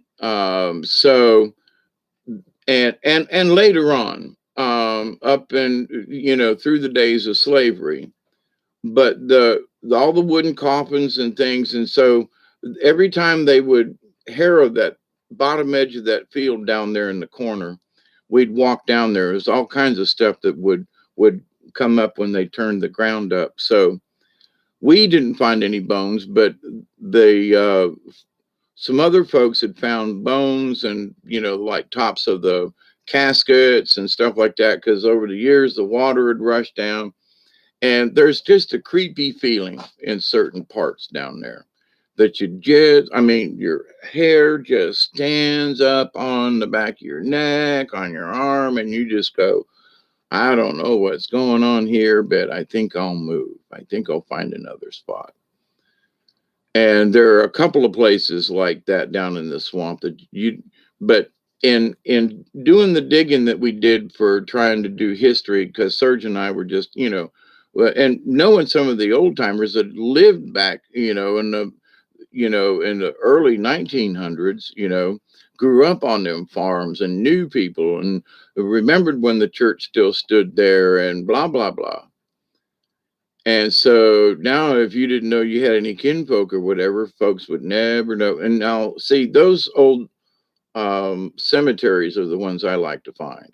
And I used to do rubbings, and I had some rubbings. Don't know what happened to them, but Yeah, goosebumps, heebie-jeebies. Yeah, let me tell you this one about a cemetery that's up the road from here, a couple of miles, about 8 miles, I guess.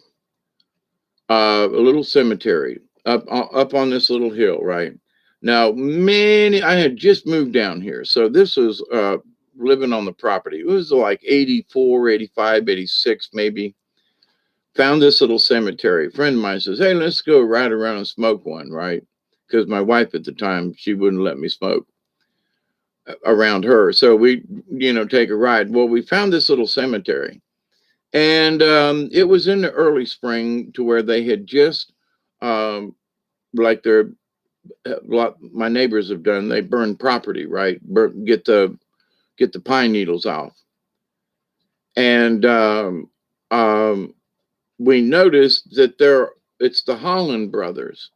One, two, three. One's like 9, the other one's 10, the other one's 13 or something. I mean, really close.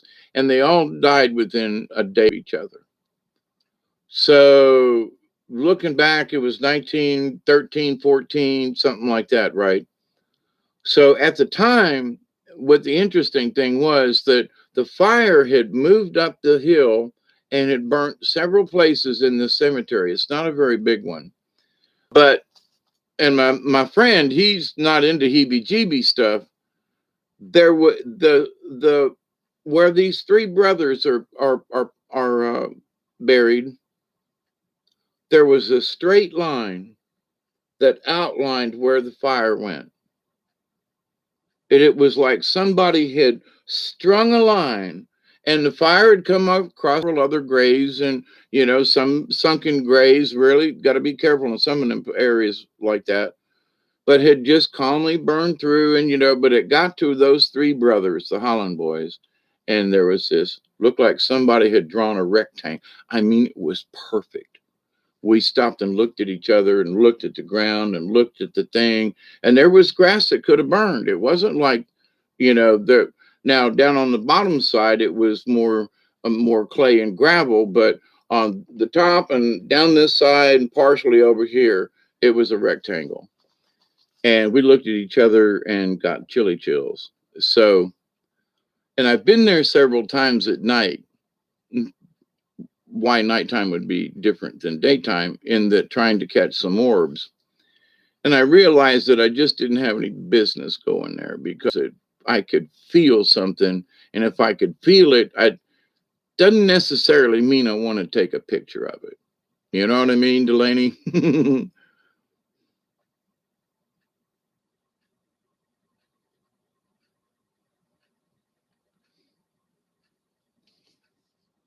I heard the floor in Climax Cave was very sticky.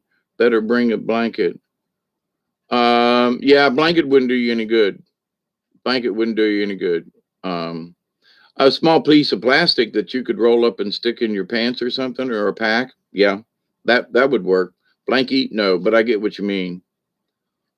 Um, there are some. Delaney, you're. There are some things I've taken pictures of that I just wish I hadn't.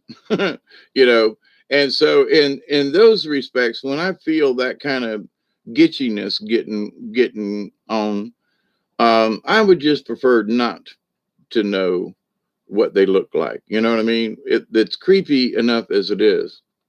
So I've learned my lesson. I don't really. I can feel you. I can. And you want me to leave? I'm gone. So, but in my later years, I've become quite chicken shit. In that, ooh, I want to see what it looks like. Ah, no, you don't. No, I don't. Because then I can't get it out of my head. You know what I mean? So,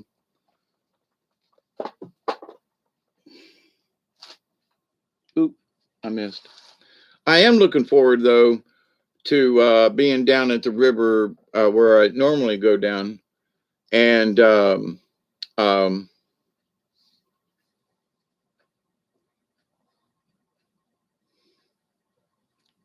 stay late and do a fire. Duggar's got to learn how to go camping with me. That's just all there is to it. Hey, y'all, hold that thought. An old man's got to pee. I know, right, man? Some of those stills I've got some creepy looking spirits. Yeah, I mean, I really don't want to know what they look like.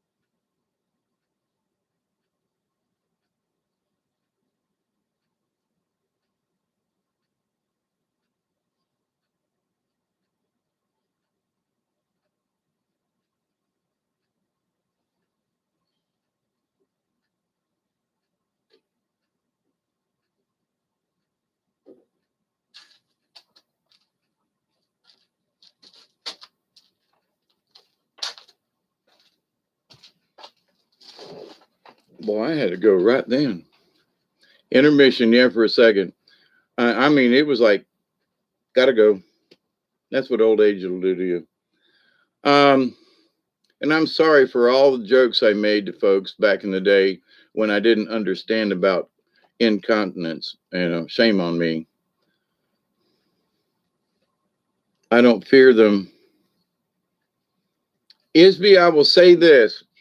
I didn't fear them till I saw a few of them, and then I gained a crap load of respect really fast and went, hmm.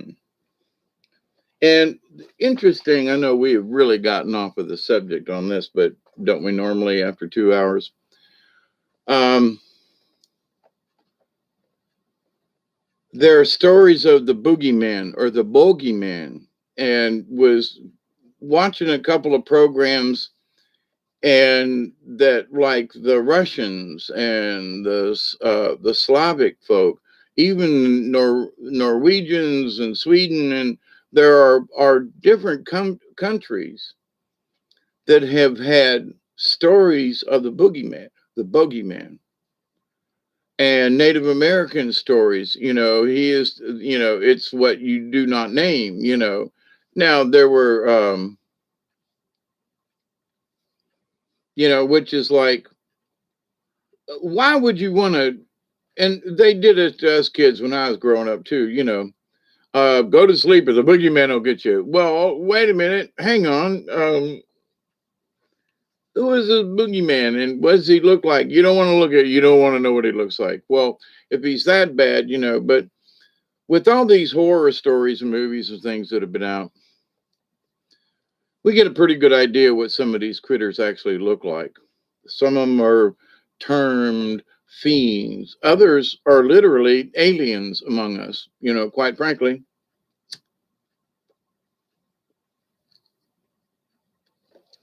They were created by beings from other places and dropped here for whatever reasons, mostly nefarious, 99 and 9/10% nefarious from our point of view.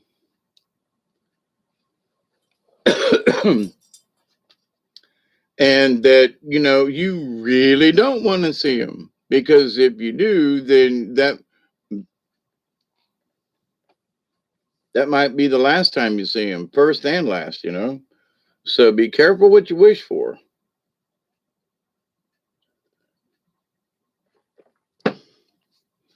But I also learned through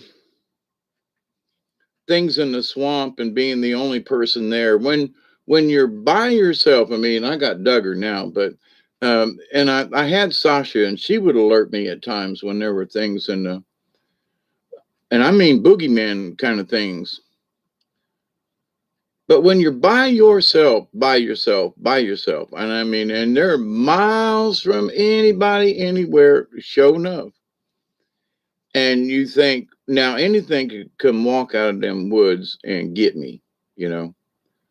But now, so is there anything out there that would come and want to get me? You know, and so because of movies and thrillers and things and such, your mind will come up with all kinds of shit.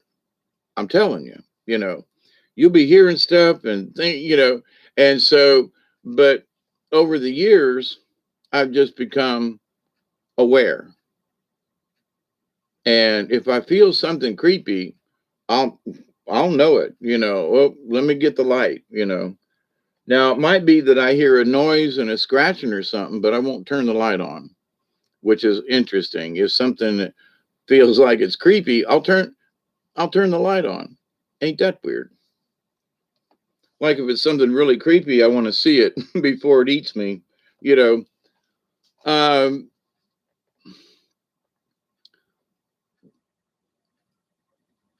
but I can be honest and say that there have been times that I was down in the woods by myself, a long way from anybody, and have not necessarily been scared.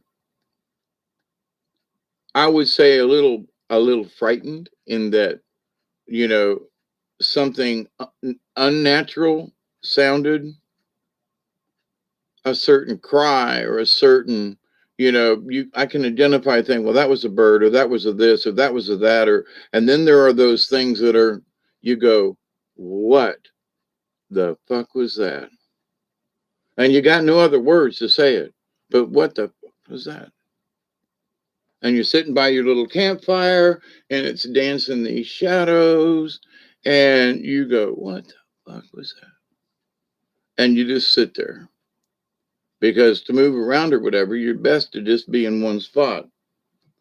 And so I've never been scared enough to, like, want to get my knife out or anything like that. But I mean, as far as there being some odd sounds, but again, I've been in some really deep sections where most folks won't go. So, you know, but it's in the odd thing for me, it's in those places I find the most comfort in my connection with nature, because, down here at the bridge, a lot of people go down there. Not hundreds or thousands, or but there are people that visit it frequently. Not a problem. I don't mind sharing. But there are places on the river that nobody goes to, that if anybody has ever been to in a lot of years, because of how hard it is to get down the Oclockney.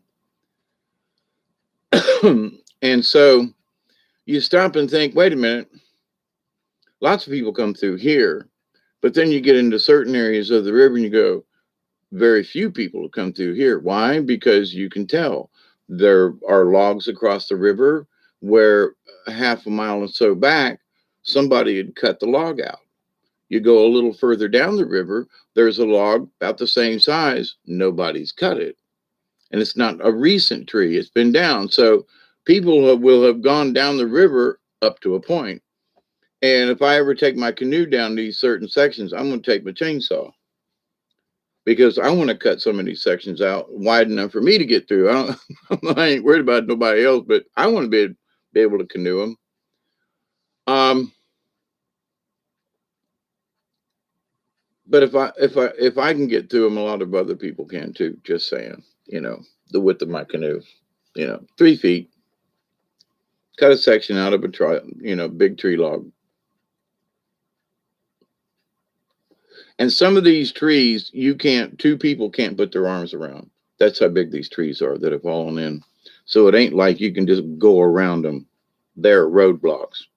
Now, after this big flood we've just had, I'd be real interested to see how these big trees have moved, not moved, other things. So it might have opened up some areas, could have made some areas worse, but that's the adventure of it to me. Now on the Withlacoochee, there is not that issue.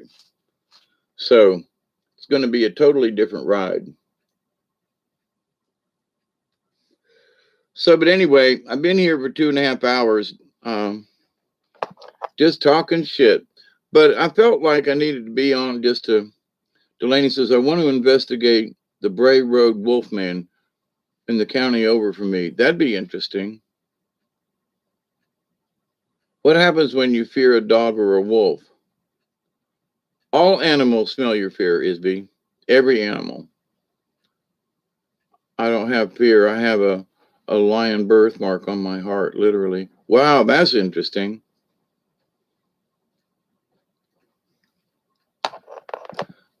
My fear has come because of all the movies and shit I've seen. You know what I mean? But I've also been in some areas where I don't think a swamp skunk person would live, but at the same time, um, he could live because the swamp is so dense, and if folks don't, and I've seen a place or two where it looks like some people have, homeless folks or whatever, have camped out in trees and places along the river. And near that place where I found that concrete block, there was a like a tree house that somebody had built up in this big old oak tree. So, there are people who are crazy enough that are real swamp dogs, in that sense. Um, like Duggar has become a swamp dog. But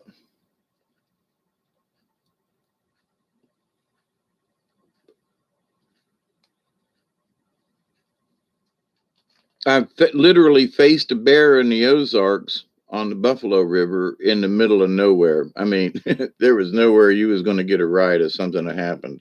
That'd have been shit out of luck. But so I've had my encounters with wild animals, and one of the strangest sounds is a bobcat slash panther.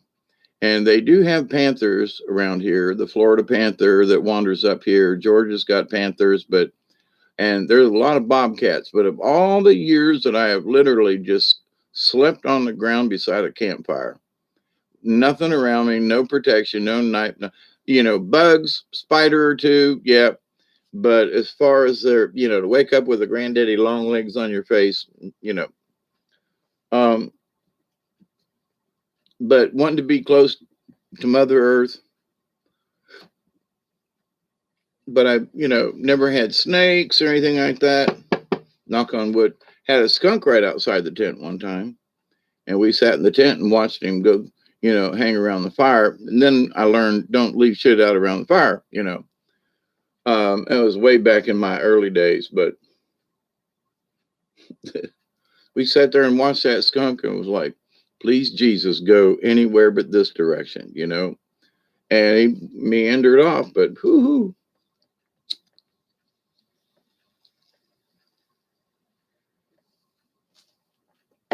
That was an interesting time with the with the skunk.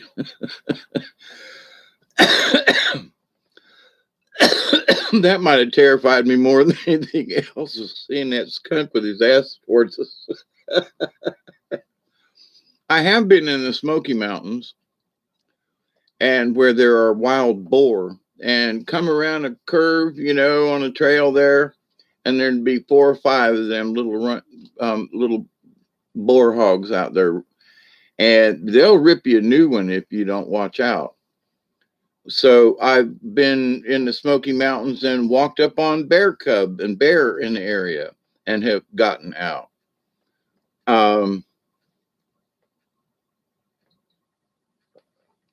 But as far as woolly boogers in the swamps, I think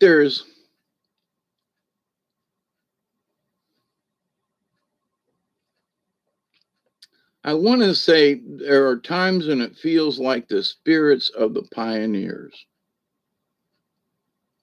I don't know how else to put it. These rivers were fished by Indians around here, the creek and the Muskogee Creek and the Southern Cherokee, um, and the Seminole, depending on how far north they got. But they all fished the swamps, for alligators, for snakes, for turtles, for frogs, you name it. They were eating it. And there are those odd times when in some of the places, like on my river, they late it in the evening, the wood ducks will come in and find a place and sit. So if you knew of a habitat and you knew your area and you were watched, you could be having duck one evening for for dinner. Now they're really hard to catch, let me tell you. I mean, even to sneak up on them puppies, but they you can't. It's hard to sneak up on a damn wood duck, let me tell you. And they usually fly in pairs, but they are around. But if you were depending on the swamp to take care of you, you would have to travel the swamp. You couldn't just stay in one place. You could have a couple of campsites on the swamp. Um,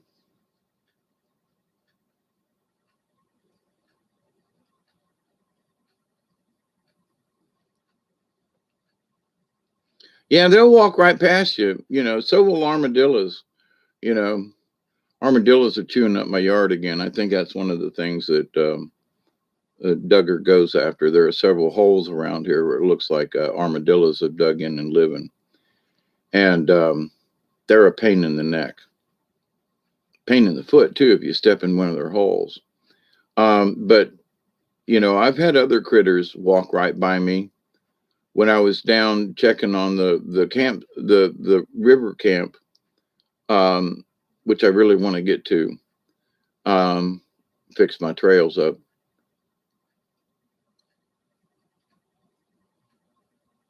But being able to be down there and 6-foot platform that where you can see all around, you can sit up there. And now I got up there one time and I got an old bed up there and some stuff and an old single bed frame and a mattress or something anyway. And used to go there with Sasha all the time and sleep. I haven't been down there in a couple of years now. And it really, it's probably a mess. But to be able to go up there and sit on that platform and know that something's not going to eat you. I mean, like a bobcat, just walk up on you. And not that I have that fear, but it's also being up so that you can see down the river in places. That's what I like most of being 6 foot up off the ground. So you're above the palmettos, you're above the small shrubs, and you can see in places up and down the river and all around you. It's just really cool. But in my many times of sitting there and observing, if I was to just sit there and depend on that fish camp being my base camp, that would be okay. But if I thought that I could just live there and not have to travel up and down the river, the swamp, then I would be sadly mistaken. Because it would take at least a mile north and south of a campsite. Because game is going to be that scarce, And so when people go down in the swamp, if they think, well, I'm going to set up a tent and wildlife's going to walk by and I'm going to be able to shoot or capture fish or whatever, it don't work like that. It really doesn't. So the Native Americans, they might have had a camp, but they were traveling up and down the rivers. They were traveling. They had to. You don't just, pick a spot and then everything comes to you. Oh, no. So my point to that is that there are places on the river that I believe that the spirits of the pioneers are still roaming those places because that's how they lived. That's what they did. They traveled the swamps up and down, whether in boats or, canoes or just walking. They had to put out trap lines. They had to put out this. Otherwise, they would not survive. It was hard enough as it was. So, but they couldn't just stay in one place. It just wasn't going to work for them. And that's why there'd be 2 or 3 houses together in a certain place along the river. And you can see from the foundations and stuff like that. And that 2 or 3 families lived here right in this one little spot and just off the bank of the river, And so, but there are certain places on the Ochlockonee where a road used to go right along on an upper bank. And so there were little settlements, little houses along the way, every mile or so on this little dirt road. It's all private land now. So there's lots of places that I've walked and seen the history. South Georgia doesn't have a, quote, a rich history like the the Carolinas and this place and that place. But there was a lot of traffic and a lot of travel around here with local pioneers and the native folk.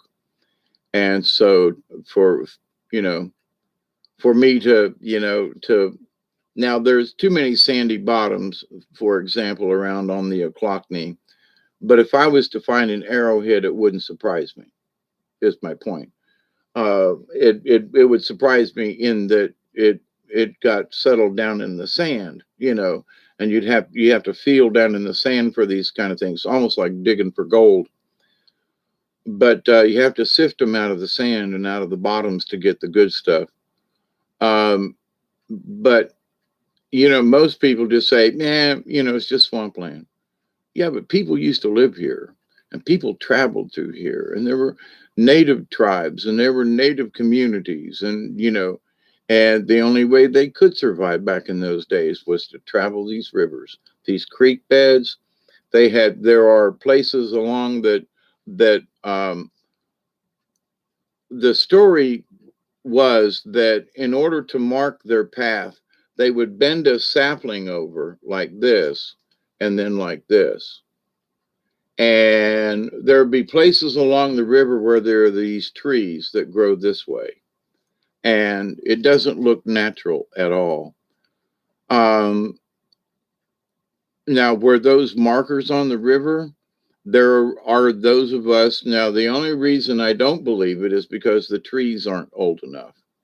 But somebody, the bends are too good, and the trees are still living. But if it was 100 years ago, these trees would be great big, and they're not. They're maybe this big around. Now, there are some trees that I've noticed that will grow a lot slower, but there are these trees that are like this, and you just scratch your head. And if you look, you know, you can't see very far when you're down on the river. You can only see up to a point. So you use pine trees and other trees, you use the trees as markers.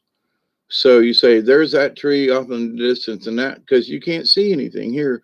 There's brush and palmetto bushes, and you can't see ahead. But if you see ahead to the forest and aim for a tree, no matter what's down here in front of you, you will get to that point that you see in the distance. It's almost like a mountain or something. But anyway, but I could see where, if you, in some of the dense wood that I've been in, where to mark a trail like that would be the best thing to do. And then when you came back, that tree would still be a marker, and you wouldn't necessarily need a trail, and there weren't hash marks in trees, but the trail was marked. So, but anyway,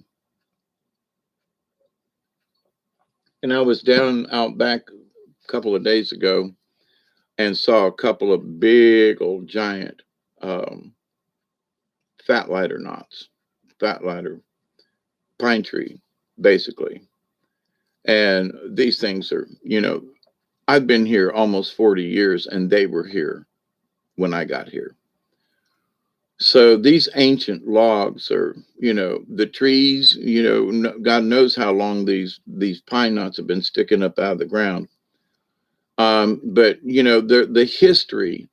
There are some of these stumps that are down in the swamp that have cat claws on them, where back in the day people used to turpentine this area. So, a lot of people on the swamp doing stuff, trying to make a little extra money. But if you didn't know what you were looking at, you would just say, nothing's ever been here. Nobody ever walked up and down through here. Nobody farmed turpentine. Nobody did anything. It's just swampland. That's all it is. And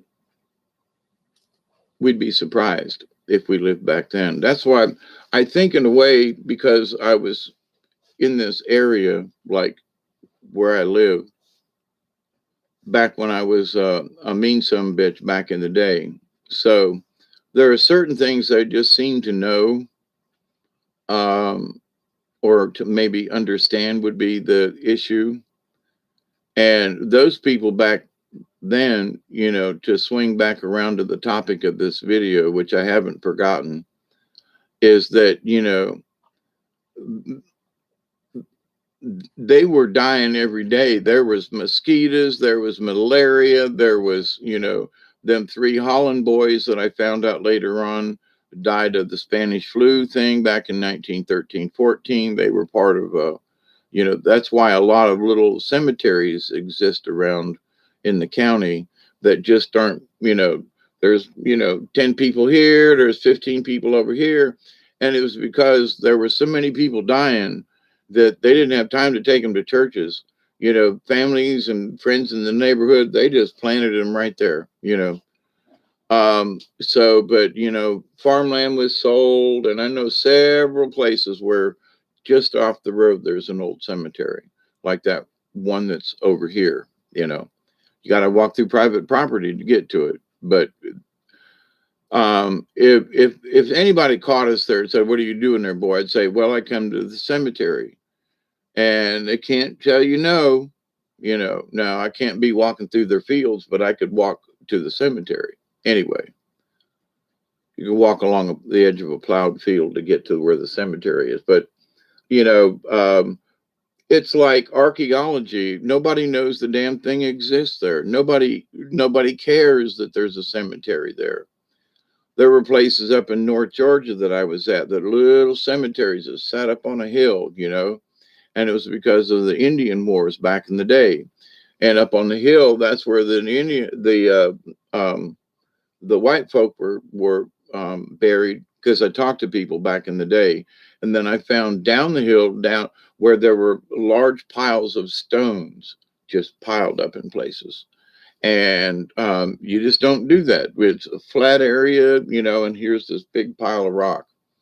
Somebody, the natives were buried down on the bottom end of the hill because it was a battle. They didn't carry them anywhere. They just buried them where they were. But anyway, so there's a lot of history, not just in the mountains, but down here. I keep thinking about that concrete slab that's down in the swamp. Not a clue why it's there. But a lot of things were going on way back in the day, and there's no written history about any of it. It's just like the Egyptians. What were they doing down here in the swamp? What were these people like? You see these old ruins, and I get these old maps, and oh my God, there used to be a water wheel there, and down the river a little ways they're on private land. They had another wheel. So the Oclockneys, the last river you would want to put a water wheel on. I'm telling you, but they did it because it was here, and even if the river was low, when the river came up, they would utilize the mill at that point. But it just amazing that there are places that's just there's history and nobody knows about it. It's hidden history, I guess, in a way. These cemeteries and the people that died and the communities that they had and the churches that they had, and a lot of these places. So they're like little tiny ghost communities, is where I was headed with the spiritual thing. So I think there were some of them folks that lived so close to the land back then and used to roam the rivers and swamps and stuff because they had to, that their spirits still roam down there to this day. Not that I think that they're stuck there. I think that that's just it's like that's where they belong. I could kind of feel in myself, not that I want to, be stuck here on this property, but I can understand after being here for almost 40 years here, it would be hard for my spirit not to be here. Just residue, just in the woods, in the area, in the landscaping that I put here. That some of it has gotten covered up by brush and stuff, but to the point I know what I planted there, and I forgot how many azalea bushes I planted up on the hill. It looks great this time of year, and I'm so glad I planted them. I need to prune some of them and encourage it anyway, but they're beautiful this year. So, but will my spirit remain? I don't feel like I have to be here to protect it or to find out what happens. because it ain't really going to matter, um, because I ain't going to be here, and I don't want to be stuck here. My spirit. I have done some ceremonies here that one might say would bind me to here because there was blood involved. Not a lot, but there was blood involved, and it was mine. It had to be. But it was a blood pact for me and the property that I was here to protect this place as long as I was living. And that's where I left it. I didn't say forever. So I don't want to be an entity that's stuck here. But there are a lot of spirits that are roaming around in my backwoods because of the being between two um, cemeteries and churches. And there seems to be a portal halfway between down there in the woods on my property. And I haven't seen anything weird lately, but I've seen some lights and stuff in my own backyard that would probably make the hair on some folks, arm go up. And I will tell you that some of those spirits have scared the shit out of me, okay, and have asked them to be nice, to leave, and go somewhere else and play.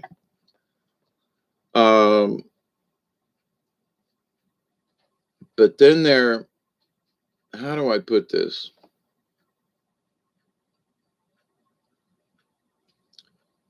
From what I was told from a psychic friend of mine years ago, and other people being here on my property over the years and having conversations about ghosts and spirits, they brought up that they have seen ghosts here.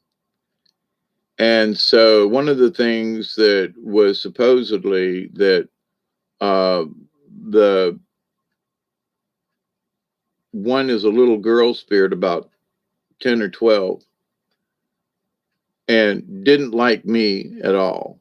I mean, did not like me, said so. And two different people had heard that from this ghost girl in my backyard, right outside. And I was like, you know what? But I was an angry son bitch back then. I mean, things pissed me off all the time. And so I made it my journey, wish, something that I would bring peace here and that I would not be that angry son bitch anymore. And whether the spirits have been there, I haven't seen anything lately. Not that they're gone, but something has tied those spirits here.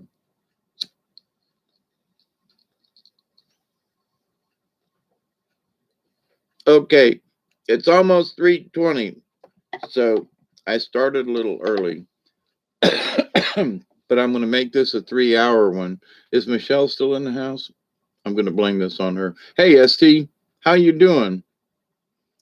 Used to love to explore in old abandoned houses. Yeah, I still do that.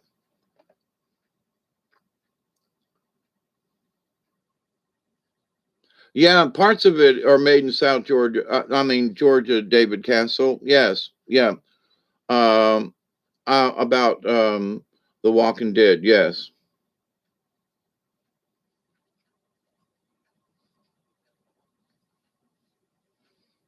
Well, if you get here, Ken, I'll share.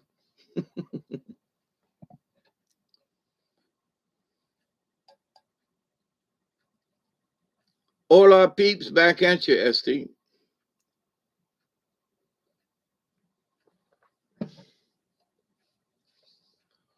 Um, you hated what show? Oh, something I said probably. Yeah, okay. Because I'm gonna stick around to 3:20. It'll be 4:20 somewhere, and know this much though, that to go back to the beginning of the video about dying to live. I tried to stay off of this, but I'll close with this as I'm getting ready here after 3 hours. is that there are so many people that are going through chemo and surgeries and, not just the flu, but heart conditions and kidney failure and uh, uh, diabetes and just, oh my God. And so for all the things that I bitch about, which, I ain't no spring chicken and I do have crap wrong with me, but I'm not, I keep saying this, I ain't dead yet. And, and if going to the river or going on an adventure or doing your daily chores, if find a joy in it.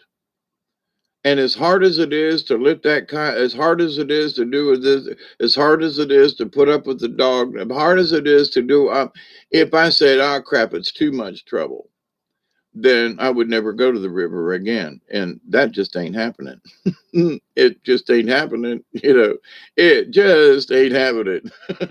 Would have went today if Duggar not been sick.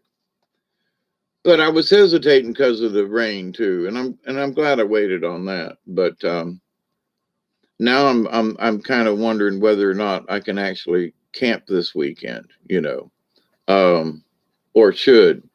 And part of me is like, if I don't camp at the river, hi Hawkeye, give thanks for life. I do every day. Every day I've faced death so many times. That's my point. I just laugh at it now. I love your logo, avatar thingy.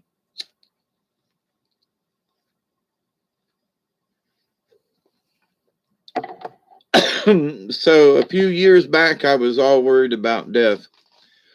And now I could have a heart attack walking out to the truck. And I'm not joking. I'm not trying to but I mean, I've faced drowning. I've faced the bears. I've faced the, 3 days on the river, and I've faced the heat. I've faced the cold. Literally, I have all done all of these things. And, many of you have heard the stories. But, the truth is, that has been my adventure. And the older I get, I'm just thinking to myself, you know, there's lots to bitch and complain about, but I want that next adventure. If it ain't just a drive if I don't get in the river, me and Doug are going down there, but I got the kayak on. Um, so it's my intention. And my intention is me and the dog are going to go floating. We're going to go out and paddle around a little bit. We're going to go out and that time that he jumped in the kayak and we paddled around in the backyard, that just wasn't fun. But if we go down the river, I think he's going to enjoy that more, and I'll be in a bigger.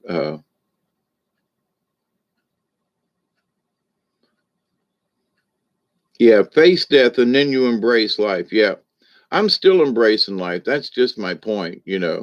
But I've just had this kick the last couple of days about the funny part about um,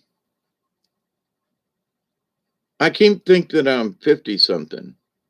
It's hard for me to consider myself being 68 and a half.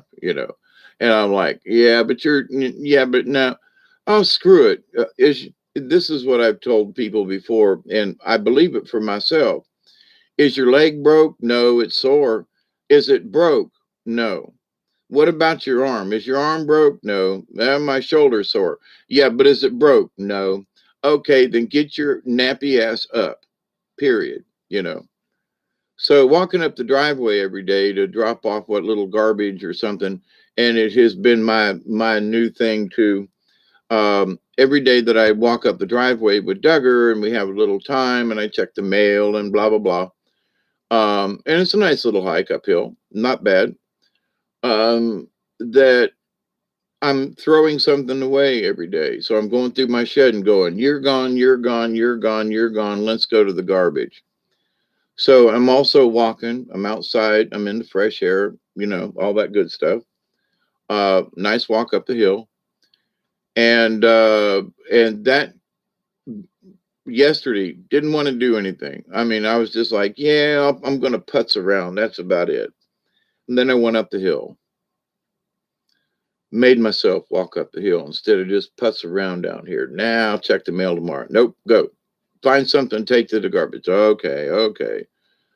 And but in the walking and in the doing, you know, I got involved outside that ended up being over there and ended up doing this and ended up moving that and ended up cleaning up over here. And so an hour later I was back in the house versus a 10-minute walk maybe. So, if you sit down and give up, then you ain't gonna get nothing done. So I'm speaking for myself. And so there are days and I'm going to argue and go, I'm not going outside. No, I don't feel like I don't want to. And, and I pitch a fit. And then 30 minutes later, I'll feel so guilty. I'll end up outside doing something. My inside my house could use some work. And why my focus seems to be outside, I think it's because it's spring and it feels good. And soon I know it's going to be too hot to go outside in the afternoon. And so, but anyway, so it's 3:23.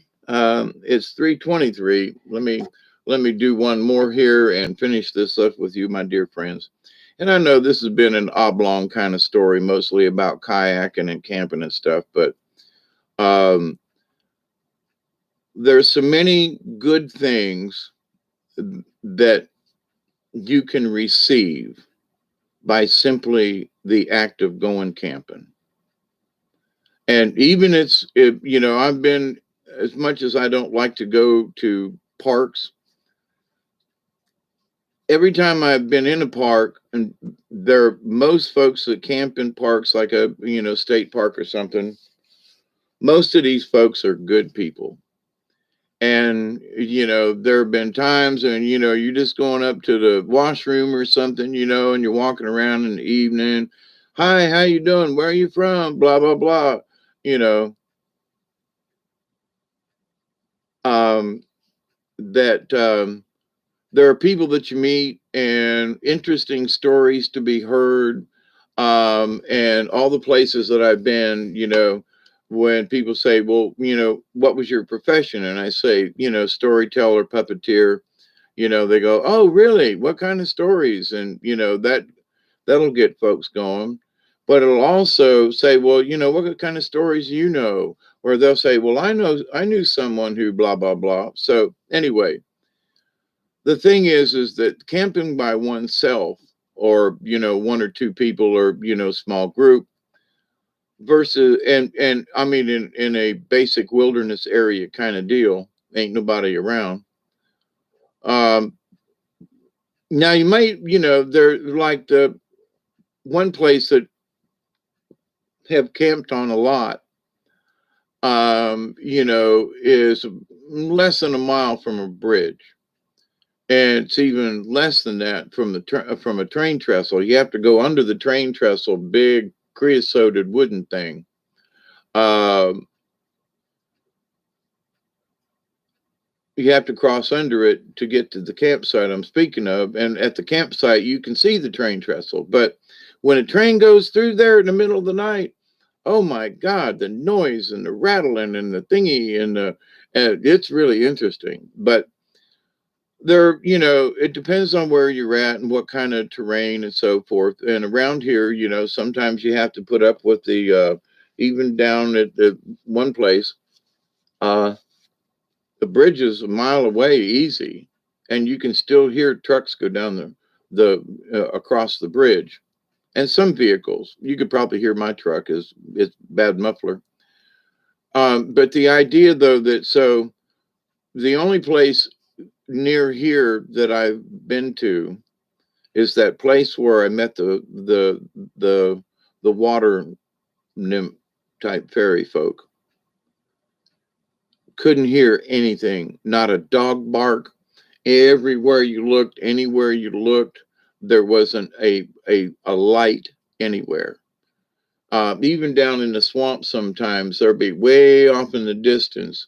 It'll be somebody's backfield, but there'll be one of those outside lights, utility light, and it'll be way off. I mean, way off, but you can see it through the trees.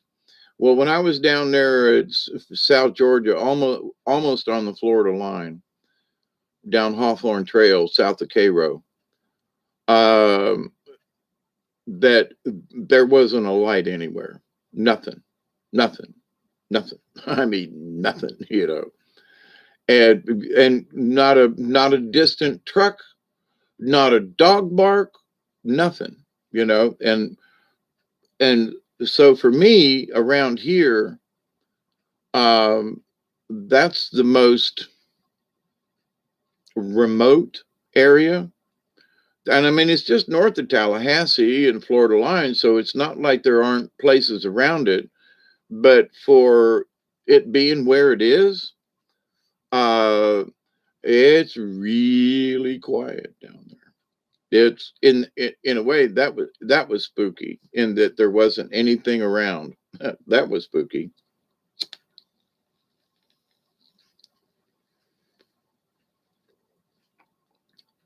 But if I had not ventured down there, I would have never have had the experience of meeting those little water nymphs that just still tickle me to death. I can still hear their song in my head, uh, or whatever. Uh, yep. Thank you everybody for showing up. SD, David, Sumo, is that what it is? 888. Yep. Thank you so much for coming and hanging out. Tonight has just been, I'm talking about life and kayaking and boating and camping because, it's that time of year and we should adventure and we should use those adventures to keep us from dying inside because of all the hardships our pioneer relatives had. They were some stout ass. I'm I've lived here on this property and down on the river, but to have to live off of the river. Now I know there are a lot of farms and stuff around here, but to have had to live down here and live off the river like other folks did with coon and possum and that kind of thing. I'm here to tell you, it would damn sure it's a full-time job. You would have a full-time, you would always be doing something. Why, back in the day, when the sun went down, a lot of folks went to bed, but a lot of folks that sat around the, campfire or the or fireplace or whatever, or candlelight, they did chores, they did stuff. They sharpened their axe because they were going to get up the next morning and go down in the swamp. They were going to fix their nets. They were working on stuff. They were always doing something. So this idea that, what did the pioneers do? They told stories and talked about their day, but what they were doing was they was getting ready for the next day, because the next day, if they thought about it, was got to go do your chores. And I'm telling you, walking up and down the swamp down there is not the easiest thing. So yes, you could make trails, and I would, and I have. And if I were down on the river more often, I would be taking my little snips and stuff, and every time I go, I would make sure that my trail was a little clearer, and that kind of thing. Any logs or anything in the way, if a tree fell or something, I'd go down there and make sure that part of that tree was cut up so I could walk through there at night without stumbling. I could get up and down the river, and back in the day, I could do that. It's after that hurricane is when everything got so messed up. But the point being, though, that even on my property, it was a full-time job to keep the trails up, and you had to do it all the time. And we tried living on the river for 3 months, and we put out lobster traps for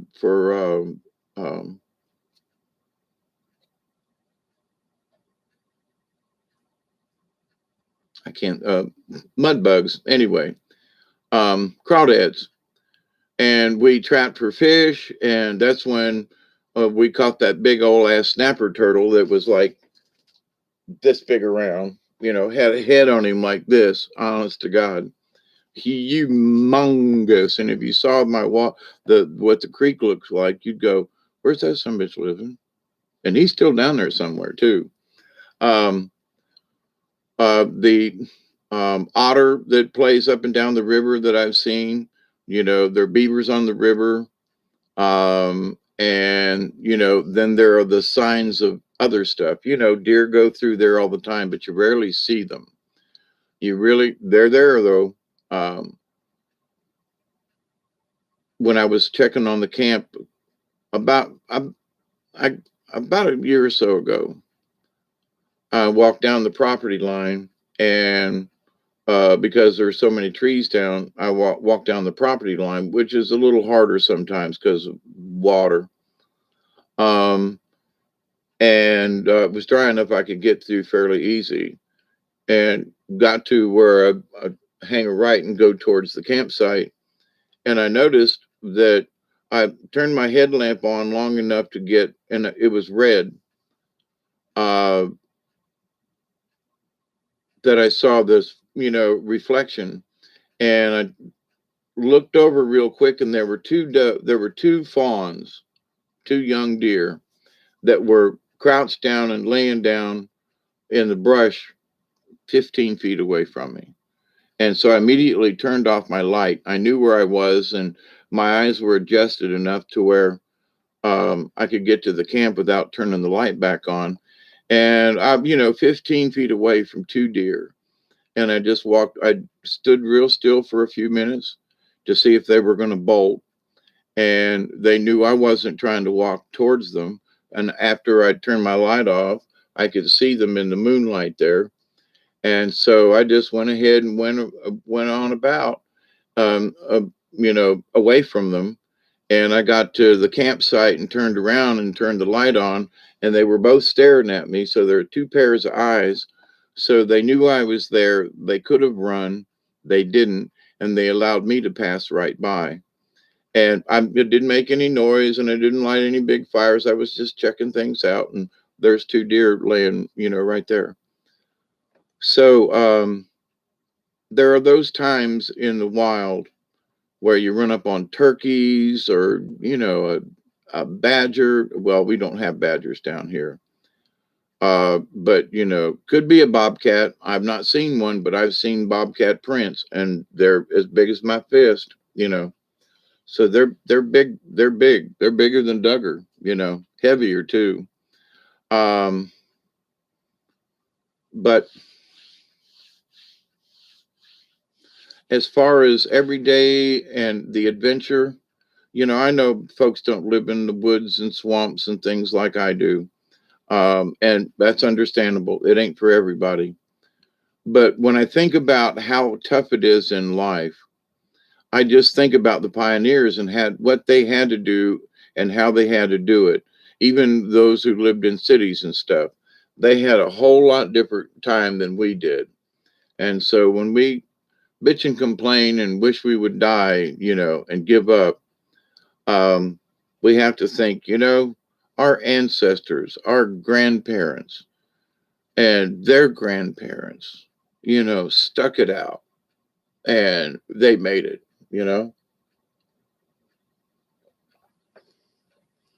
And instead of, they were dying to live because everything they did, they worked all the time, and it wasn't a job, it was life. Where now most people, my friends were here last week, and they all three had, you know, tablets. And we were having conversation, and each one of them was doing their own thing with their tablets. And I was like, having conversation. Yeah, but, blah, blah. Did you see this? No, I don't. And what they were looking at and talking about didn't make a hill of beans about nothing, was the interesting part. Well, did you see this picture about somebody? Yeah. Well, that was crazy. That's all it is. But all their time was spent, having this conversation, each of them with their tablets. And I was just like, man, I just can't do that. I can understand it, but I don't want to do that. So I love you all. Thank you so much. 30905. I can, Isby, call me if you want. Give me a couple minutes. I'm going to go pee. Um, I love you all. I do. And every day when I go down here on the river, I'm going to be thinking of y'all when I'm paddling, and me and Doug are down there. I got my camera charged up, and the least I can do is take some pictures. And if I have to post them separately, just upload them and do a picture thingy, I'll do that. Um, since I can't do a share screen with this thing yet. But anyway, Delaney, love you, girl. You keep doing what you're doing. Keep your head down too now. Lion-hearted or not, my darling. SD, miss you all too. I'm glad you all are around. Sumo, very glad you came out. Um, and I close with my prayer as always because I do think it's important. Este, my legs have worked hand cleaning my garden back and front, ready for the veggies. Yeah, cheers with you too, man. Good luck on your garden. Yeah, big hearts, all that kind of stuff. Cheers.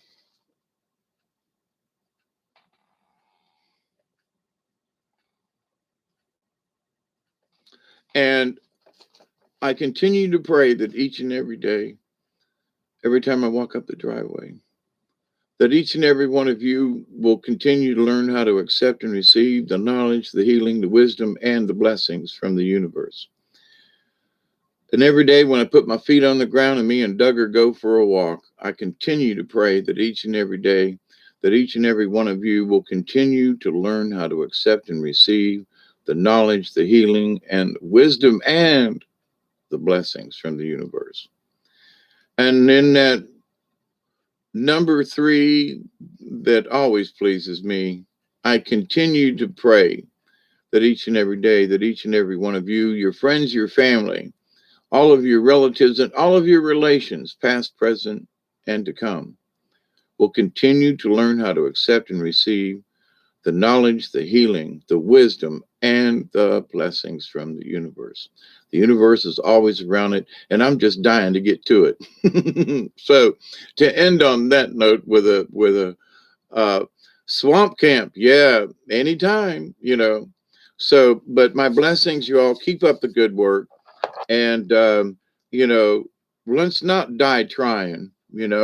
Let's just do it and have fun along the way, no matter what it is. When we look at everything as a chore, then life isn't any fun. And when everything is a chore, then it's to die for. You know, we it's life is killing us, and there's too much to see in life that can make you happy, even on little small scales along the day. It is how we look at it. It is our interpretation. It is our perspective. But when you accept and receive all those good things in the universe, and y'all keep sharing. Thank you and good morning. And I don't intend on playing any pranks on anybody, but April Fools. Thank you, everybody. Have a good morning. Have a great day. Talk to you soon. Bye.